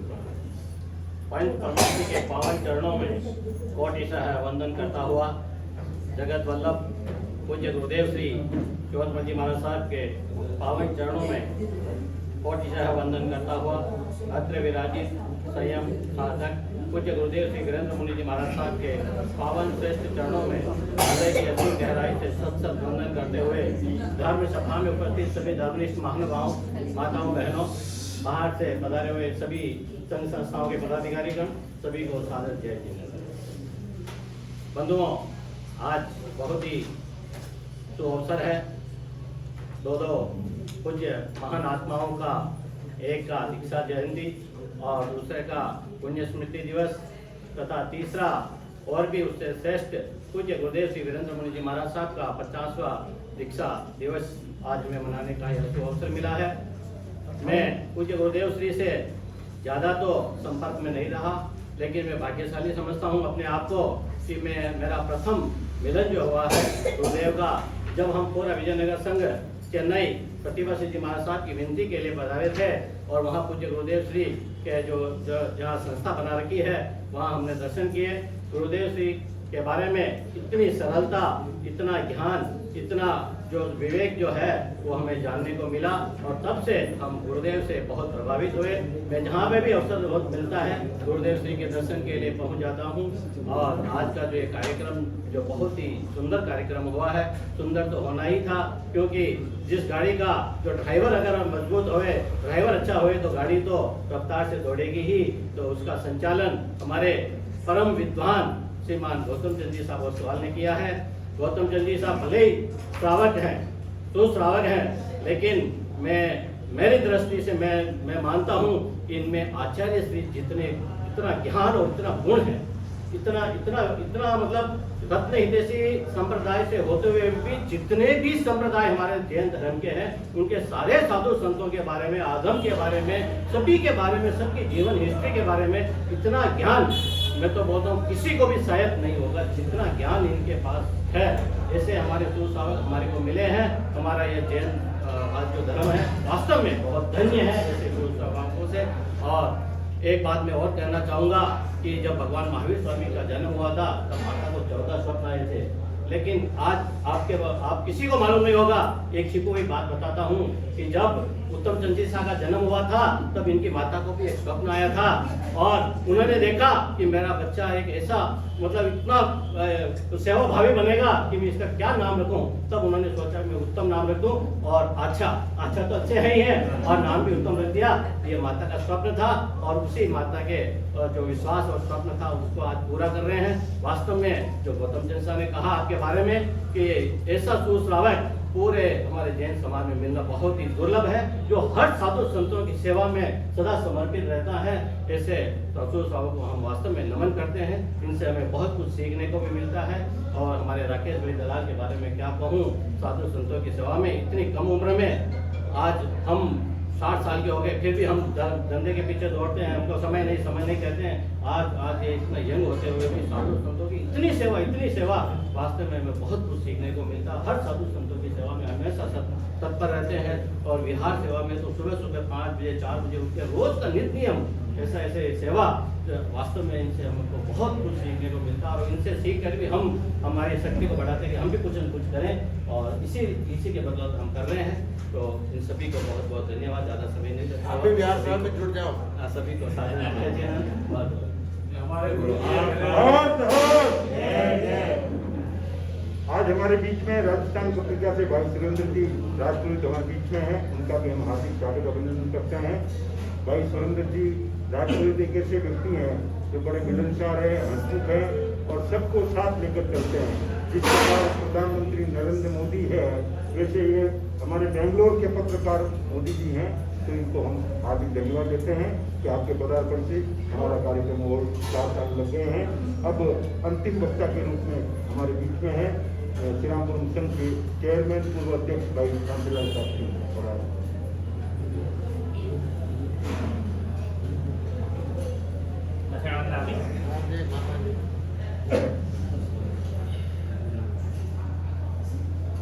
थोड़ी सुस्ती उड़ाई तो ठीक रहेगी। हाँ, इस तरह सुस्ती रेडी है। तिरने और तिराने वाले बोलो,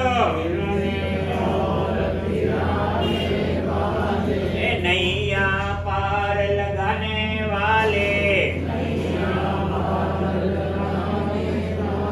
अरे जीवन ज्योत जगाने वाले, अरे संकट दूर भगाने वाले, हम भी वीरेंद्र मुनि जी के चरणों में आए, दर्शन कर अति सुख पाए। दर्शन किया तो कितनी सुख की शांति प्राप्त हुई। आज गुरुदेव के चरणों में हमें शांति तो दी है। शांति भगवान के वहीं रहते हैं। हाँ, तुझे गुरुदेव के चरणों नमन करता हूँ। आज हमारे 50वां दीक्षा गोल्डन जुबली, 50 साल दीक्षा पर्याय, कितना क्षेत्र बढ़िया, कितना गांव बढ़िया, कितना भक्त घरे मजा लिया। मेरे गुरुदेव के चरणों में नमन करूँ। विशेष हमारे विमल मुनि जी महाराज साहब जो काफी वर्षों तक टिकपेट स्थान में विराजे थे। विशेष बताना चाहूँगा गुरुदेव का राजीव गांधी की समाधि है चेन्नई में। बटे अपने गुरुदेव रो विमल धाम बढ़िया है। मैं लोग भी जाइने आया हूँ। आप भी कभी पधारने दर्शन कर सको, आप ध्यान रखें। तो मैं हमारे उत्तम चंद जी, राकेश जी कि आप सबको विनती करते हैं, इसलिए मैं आपको धन्यवाद देता हूँ। इनके भाई एक तो हमारे थानक से, तो हमारे उत्तम जी, और मेरे मंदिर से हमारे नंदरिया हमारे दोनों साइड में दोनों नरेंद्र, हाँ वो मंत्री हमारे मंत्री जी के हैं। तो मैं आपको राकेश जी सबको धन्यवाद देता हूँ। ऐसे गुरुदेव का आपने चतुर्मास करवाया और आपने भी होली चतुर्मास करवाया और धन्यवाद के पात्र राजेंद्र से प्रकाश जी, सुंदर में दयाल साहब, कन्हैयालाल जी जो भी पधारे उपनगरों। मैं अभी पहले सौभाग्य जी सभी पहली विनतियों को सिनापुर करो सीखे काल पधारना करावे जाओ। अरे नहीं के साल में काले हम पधारना बोलत काले कब आया कार्यक्रम तो करवाएं। अरे आज कर दिया नहीं कल बार में क्या कर चलो होली चमक। हां दुनिया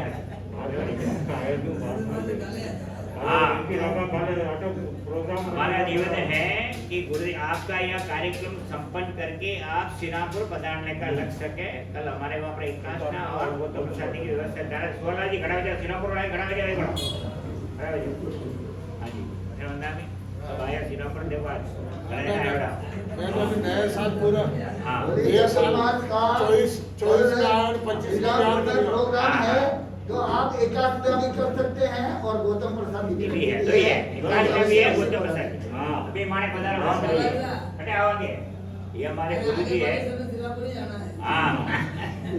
एक ये कोई भी चतुर्मास करवाना हो गौतम जी से पूछो, इमीडिएट अपन रास्ता बताइए. हाँ, बताइए. हमारे यहाँ इमीडिएट सोन प्रभा जी हमने चतुर्मास, जिनको पूरा ध्यान इनको रहता है, किसी के पास जाने की जरूरत नहीं. आपको चतुर्मास कराना, होली चतुर्मास कोई भी काम करना, मैंने गौतम जी ने पूछो, ये भी हमारे श्रीरामपुर वाला ही है. आप ही हमारे हाथी से बहुत बहुत शुभकामनाएं. धन्यवाद. हर हर जय जय, हर हर जय जय. हमारे बेंगलोर के जाने माने स्वाध्यायी सुश्रावक, तपस्वी सुश्रावक श्रीमान दलाल साहब, मोतीलाल जी मोतीलाल जी दलाल। मोतीलाल साहब दलाल, तो मोतीलाल साहब दलाल ने जो संस्कार प्रदान किए वो के वो संस्कार भाई राकेश जी में है। और उन्होंने जिस कदर जिन शासन की संघ की सेवाएं की है, चाहे राजाजी नगर में सह मंत्री है, चाहे मंजूनाथ नगर में मंत्री है, और पूरा समय देकर के जिन शासन की सेवा करते हैं। और बेंगलोर में प्रसिद्धि दिलवाई है जैन भवन उत्तम अंकित विला, जो सन 2020 से बराबर सक्रिय है, और उनको प्रसिद्धि दिलाने में दोनों अध्यक्ष मंत्रियों का पूरा योगदान है। ऐसे व्यक्ति जब मिल जाते हैं तो संघ में 4 चांद लग जाते हैं। तो अब 4 चांद लगाने आ रहे हैं। बेंगलोर के प्रसिद्ध 2 तीर्थंकरों का नाम एक में भाई निमित जी का चला। अभी दो संस्था जुड़ी हो रहा है, पंचपरमेष्ठी को वंदन नमन। अत्र विराजित गुरुदेव के पावन चरणों में सविधि सरने वंदन नमन। उपस्थित सभी महानुभावों को सादर जय जिनेन्द्र। बंधुओं, श्री सकल जैन संघ मंजूनाथ नगर शिवनगर का यह परम सौभाग्य कि आज त्रय महापुरुषों का पुण्य स्मृति दिवस एवं दीक्षा दिवस मनाने का एक सौभाग्य आपको मिला है, और इसका भरपूर अवसर आपने उठाया है। पूज्य गुरुदेव का आज 58वां दीक्षा महोत्सव है, और मैं राजाजी नगर श्री संघ की ओर से उपस्थित सभी महानुभावों की ओर से आपके चरणों में शुभकामनाएं प्रेषित करता हूं, एवं यही मंगल कामना करता हूं कि आप इसी प्रकार जिन शासन की महती प्रभावना निरंतर करते रहें। आपका वरदस्त, आपका आशीर्वाद सदैव हम बेंगलोर वासियों पर बरसता रहे। साथ ही साथ जो कल का जो होली का पर्व चातुर्मास का आयोजन है, हमारे राजाजी नगर श्री संघ में भी डॉक्टर श्री संकित मुनि जी महाराज साहब का होली चातुर्मास कल अशोका कन्वेंशन हॉल में होने जा रहा है। यहाँ कार्यक्रम के पश्चात आप सभी से मैं निवेदन करता हूँ कि 11:30 बजे तक वह कार्यक्रम चलेगा, तो आप 11 बजे के पश्चात भी अवश्य ही पधारने का लक्ष्य करें। मेरा आप सबसे निवेदन है। मैं पुनः सकल जैन संघ मंजूनाथ नगर को हार्दिक बधाई देता हूँ, जिन्होंने आज अवसर का लाभ उठाया, और गुरुदेव का जिन्होंने हमारे उत्तम चंद जी आचार्य के नेतृत्व में जो शानदार चातुर्मास आपने करवाया है। आपने जिस प्रकार से सकल जैन संघ को जोड़ के इस संघ को एक ऊंचाइयां प्रदान की हैं, वो काबिल तारीफ है। और मैं आशा करता हूं कि आप भविष्य में भी इस संघ को और फैलाएं फुलाएं, और ज़्यादा से ज़्यादा चातुर्मास आपके श्री संघ के तत्वाधान में हो। तो मैं पुनः आपको बधाई शुभकामनाएं प्रेषित करते हुए अपने शब्दों को विराम देता हूँ। हाँ, और मैं पुनः निवेदन करता हूँ कि मंजूनाथ नगर राजाजी नगर श्री संघ का एक उपक्रम है, जैसे कहते हैं ना, एक सिस्टर कंसर्न है। तो मैं पुनः आपसे निवेदन करता हूँ कि यहाँ पर जो कार्यक्रम है उसके संपन्नता के पश्चात आप ज़्यादा से ज़्यादा संख्या में अशोका कन्वेंशन हॉल में पधारने का लक्ष्य रखें। धन्यवाद। जय जिनेन्द्र, जय माता।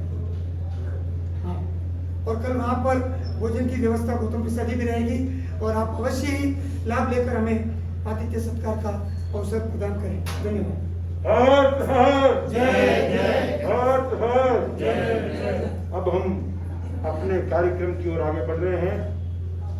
बंधुओं, कितना सौभाग्य है सकल जैन संघ मंजूनाथ नगर शिवनगर बेंगलोर 10 का, कि इन्होंने 3 चौमासी पक्षी प्राप्त की है सानिध्य में, पूज्य गुरुदेव के सानिध्य में। आषाढ़ी पूर्णिमा की पक्षी, कार्तिक पूर्णिमा की पक्षी और फाल्गुनी पूर्णिमा की पक्षी। जो संघ 3-3 चौमासिक पक्की का प्रतिक्रमण करता है या सानिध्य प्राप्त करता है वो अपूर्व पुण्य का धनी होता है। और सिर्फ और सिर्फ आपका सानिध्य तीनों में मिल रहा है, आपका सानिध्य तीनों में मिल रहा है। बाकी सब जगह सानिध्य बदल जाता है, परंतु इन पूज्य गुरुदेव श्री वीरेंद्र मुनि जी महाराज ने सकल जैन संघ के तत्वावधान में तीनों चातुर्मासिक पक्षी का आयोजन का सानिध्य प्रदान किया है। इनके चरणों में कोटि कोटि वंदन है और सौभाग्यशाली है यहाँ का श्रीसंघ जिन्होंने इसका लाभ प्राप्त किया है। अब इस आज की इस आयोजन के गौतम प्रसादी के लाभार्थी परिवारों का स्वागत होने जा रहा है। उसमें संघवी उत्तम चंद जी, पुष्पा देवी आचा परिवार के आगे पधारे और इनका स्वागत करने के लिए नवीन जी धानेशा परिवार आगे पधारे और इनका स्वागत करें। स्वागत में नवीन जी नीचे गए धानेशा। हाँ, और उसके साथ में मावी जी बांटिया, यदि वो धानेशा जी नहीं है तो मावी जी बांटिया आगे पधारे। श्री रामपुरम के बाद विजयनगर पधारना है। हाँ वो तो बोला हुआ है ना। इसके लिए श्री रामपुरम के बाद वापस 5 मिनट का कार्यक्रम है, 5 मिनट में कार्यक्रम, क्योंकि सकल जैन संघ ने एक बहुत मुख्य आयोजन रखा है। आज पूज्य गुरुदेव की 57 साल की संयम क्रिया की साधना और जिन शासन की अपूर्व सेवा के उपलक्ष्य में सकल जैन संघ ने आपको एक उपाधि से अलंकृत करने का सौभाग्य पाया है। उसका वो क्षण आने वाला है, उसके पूर्व कुछ स्वागत की श्रृंखलाएं हैं और उसके बाद में पूज्य गुरुदेव का हम इस त्याग के लिए उनका अभिनंदन करेंगे, उनके त्याग का अभिनंदन करेंगे। उनके त्याग के प्रति हमारा कोटि कोटि नमन है, जिन्होंने अपने पूज्य माता पिता परिवार को छोड़ करके, कोठारी परिवार को छोड़ करके जिन शासन के गौरव को बढ़ाया। इससे श्रद्धेय वीरेंद्र मुनि जी महाराज इनका सानिध्य में मिला है। तो अब हम गौतम प्रसादी के लाभार्थी के संघवी उत्तम चंद जी पुष्पा देवी परिवार आ गया है।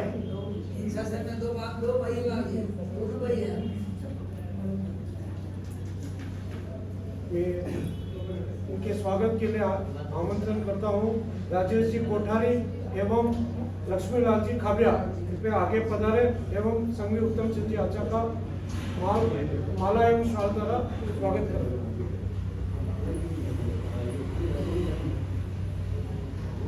आगे पधारे।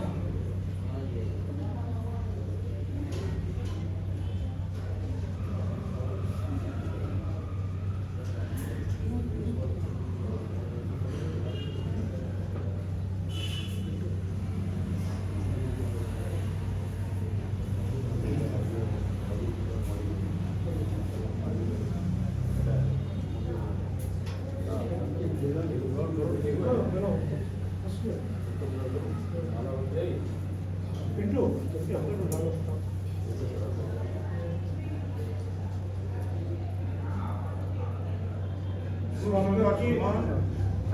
माल्यार्पण द्वारा, महिला वर्ग का सम्मान माल्यार्पण द्वारा और तिलक द्वारा हो रहा है। ध्यान रखें, उसी श्रृंखला से आपका पुष्पा देवी जी आप भी आगे पधारें।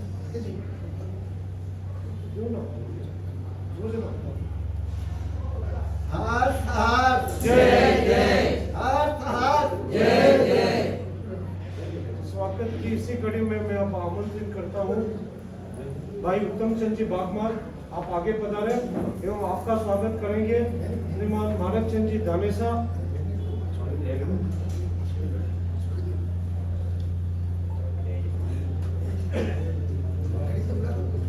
आप आगे पधारे, आपका स्वागत करेंगे। गीता भाई आप स्वागत करेंगे।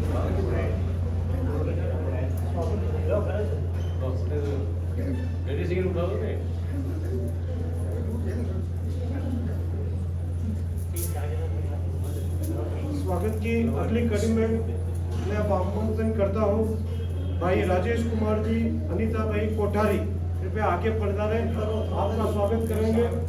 उत्तम चंद जी आचा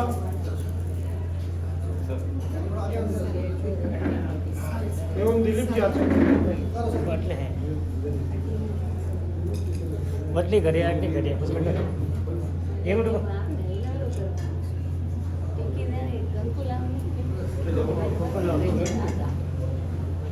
ये माला देनी देती आगे कौन दिया माला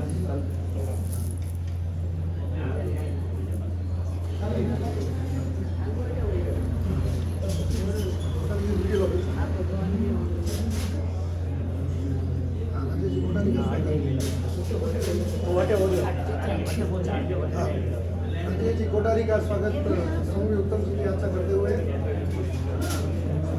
साथ में गरीब जी अच्छा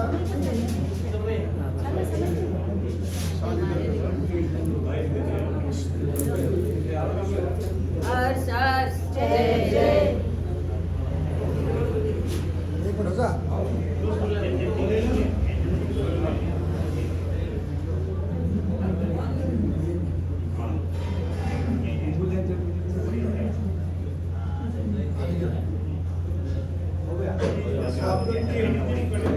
मैं आगे बुलाना चाहता हूँ श्रीमान गौतम सिंह जी कोसवाल जिनका स्वागत करेंगे उत्तम सिंह जी आचार्य एवं राकेश जी दलाल।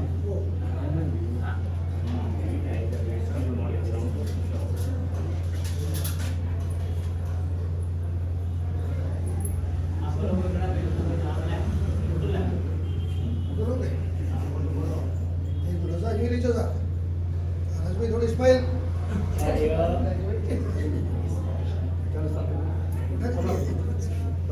फोटो बहुत आदमी बोल रहे हैं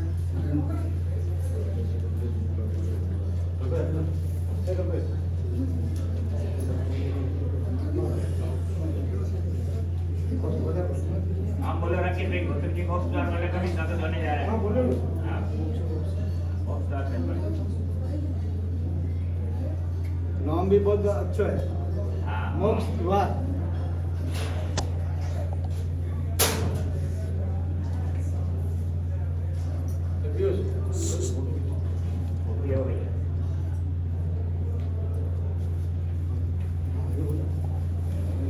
मैं अभी आमंत्रित करना चाहता हूँ कॉन्फ्रेंस के राष्ट्रीय महामंत्री श्रीमान कन्हैयालाल जी सुराना आगे पधारे। आप स्वागत करना पधारिए मानव चंद जी दानेसा एवं कल्पेश जी बंदरवाल आगे पधारो आगे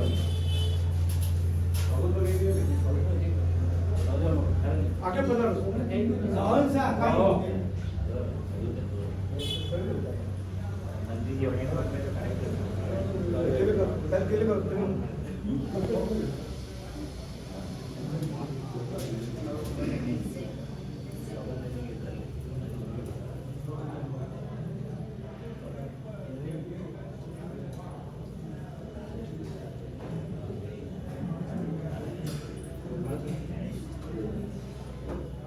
हर्ष हर्ष जय जय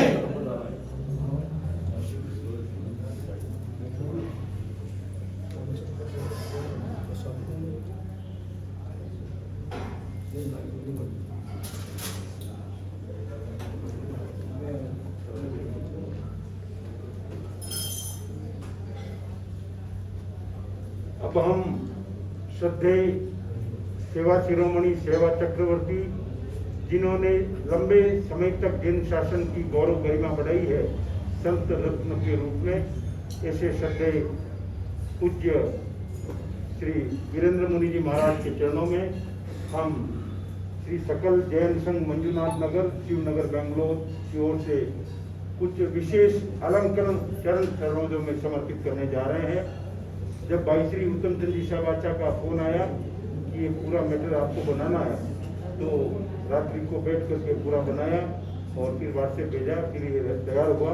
बहुत कम समय था, नहीं तो उसको और ऊंचाइयाँ प्रदान करते, क्योंकि जो आपके सामने रेडी हुआ है वो मैं पढ़ करके सुनाता हूँ और उसके बाद में संघ के अध्यक्ष मंत्री संघ के पदाधिकारी बाहर बाजार और बेंगलोर से पधारे हुए समस्त विशिष्ट जन यहाँ खड़े होकर उनको प्रदान करेंगे। जय जैन दिवाकर श्री महावीराय नमः। जय जैन दिवाकर। जय आत्म आनंद देवेंद्र शिव महेंद्र।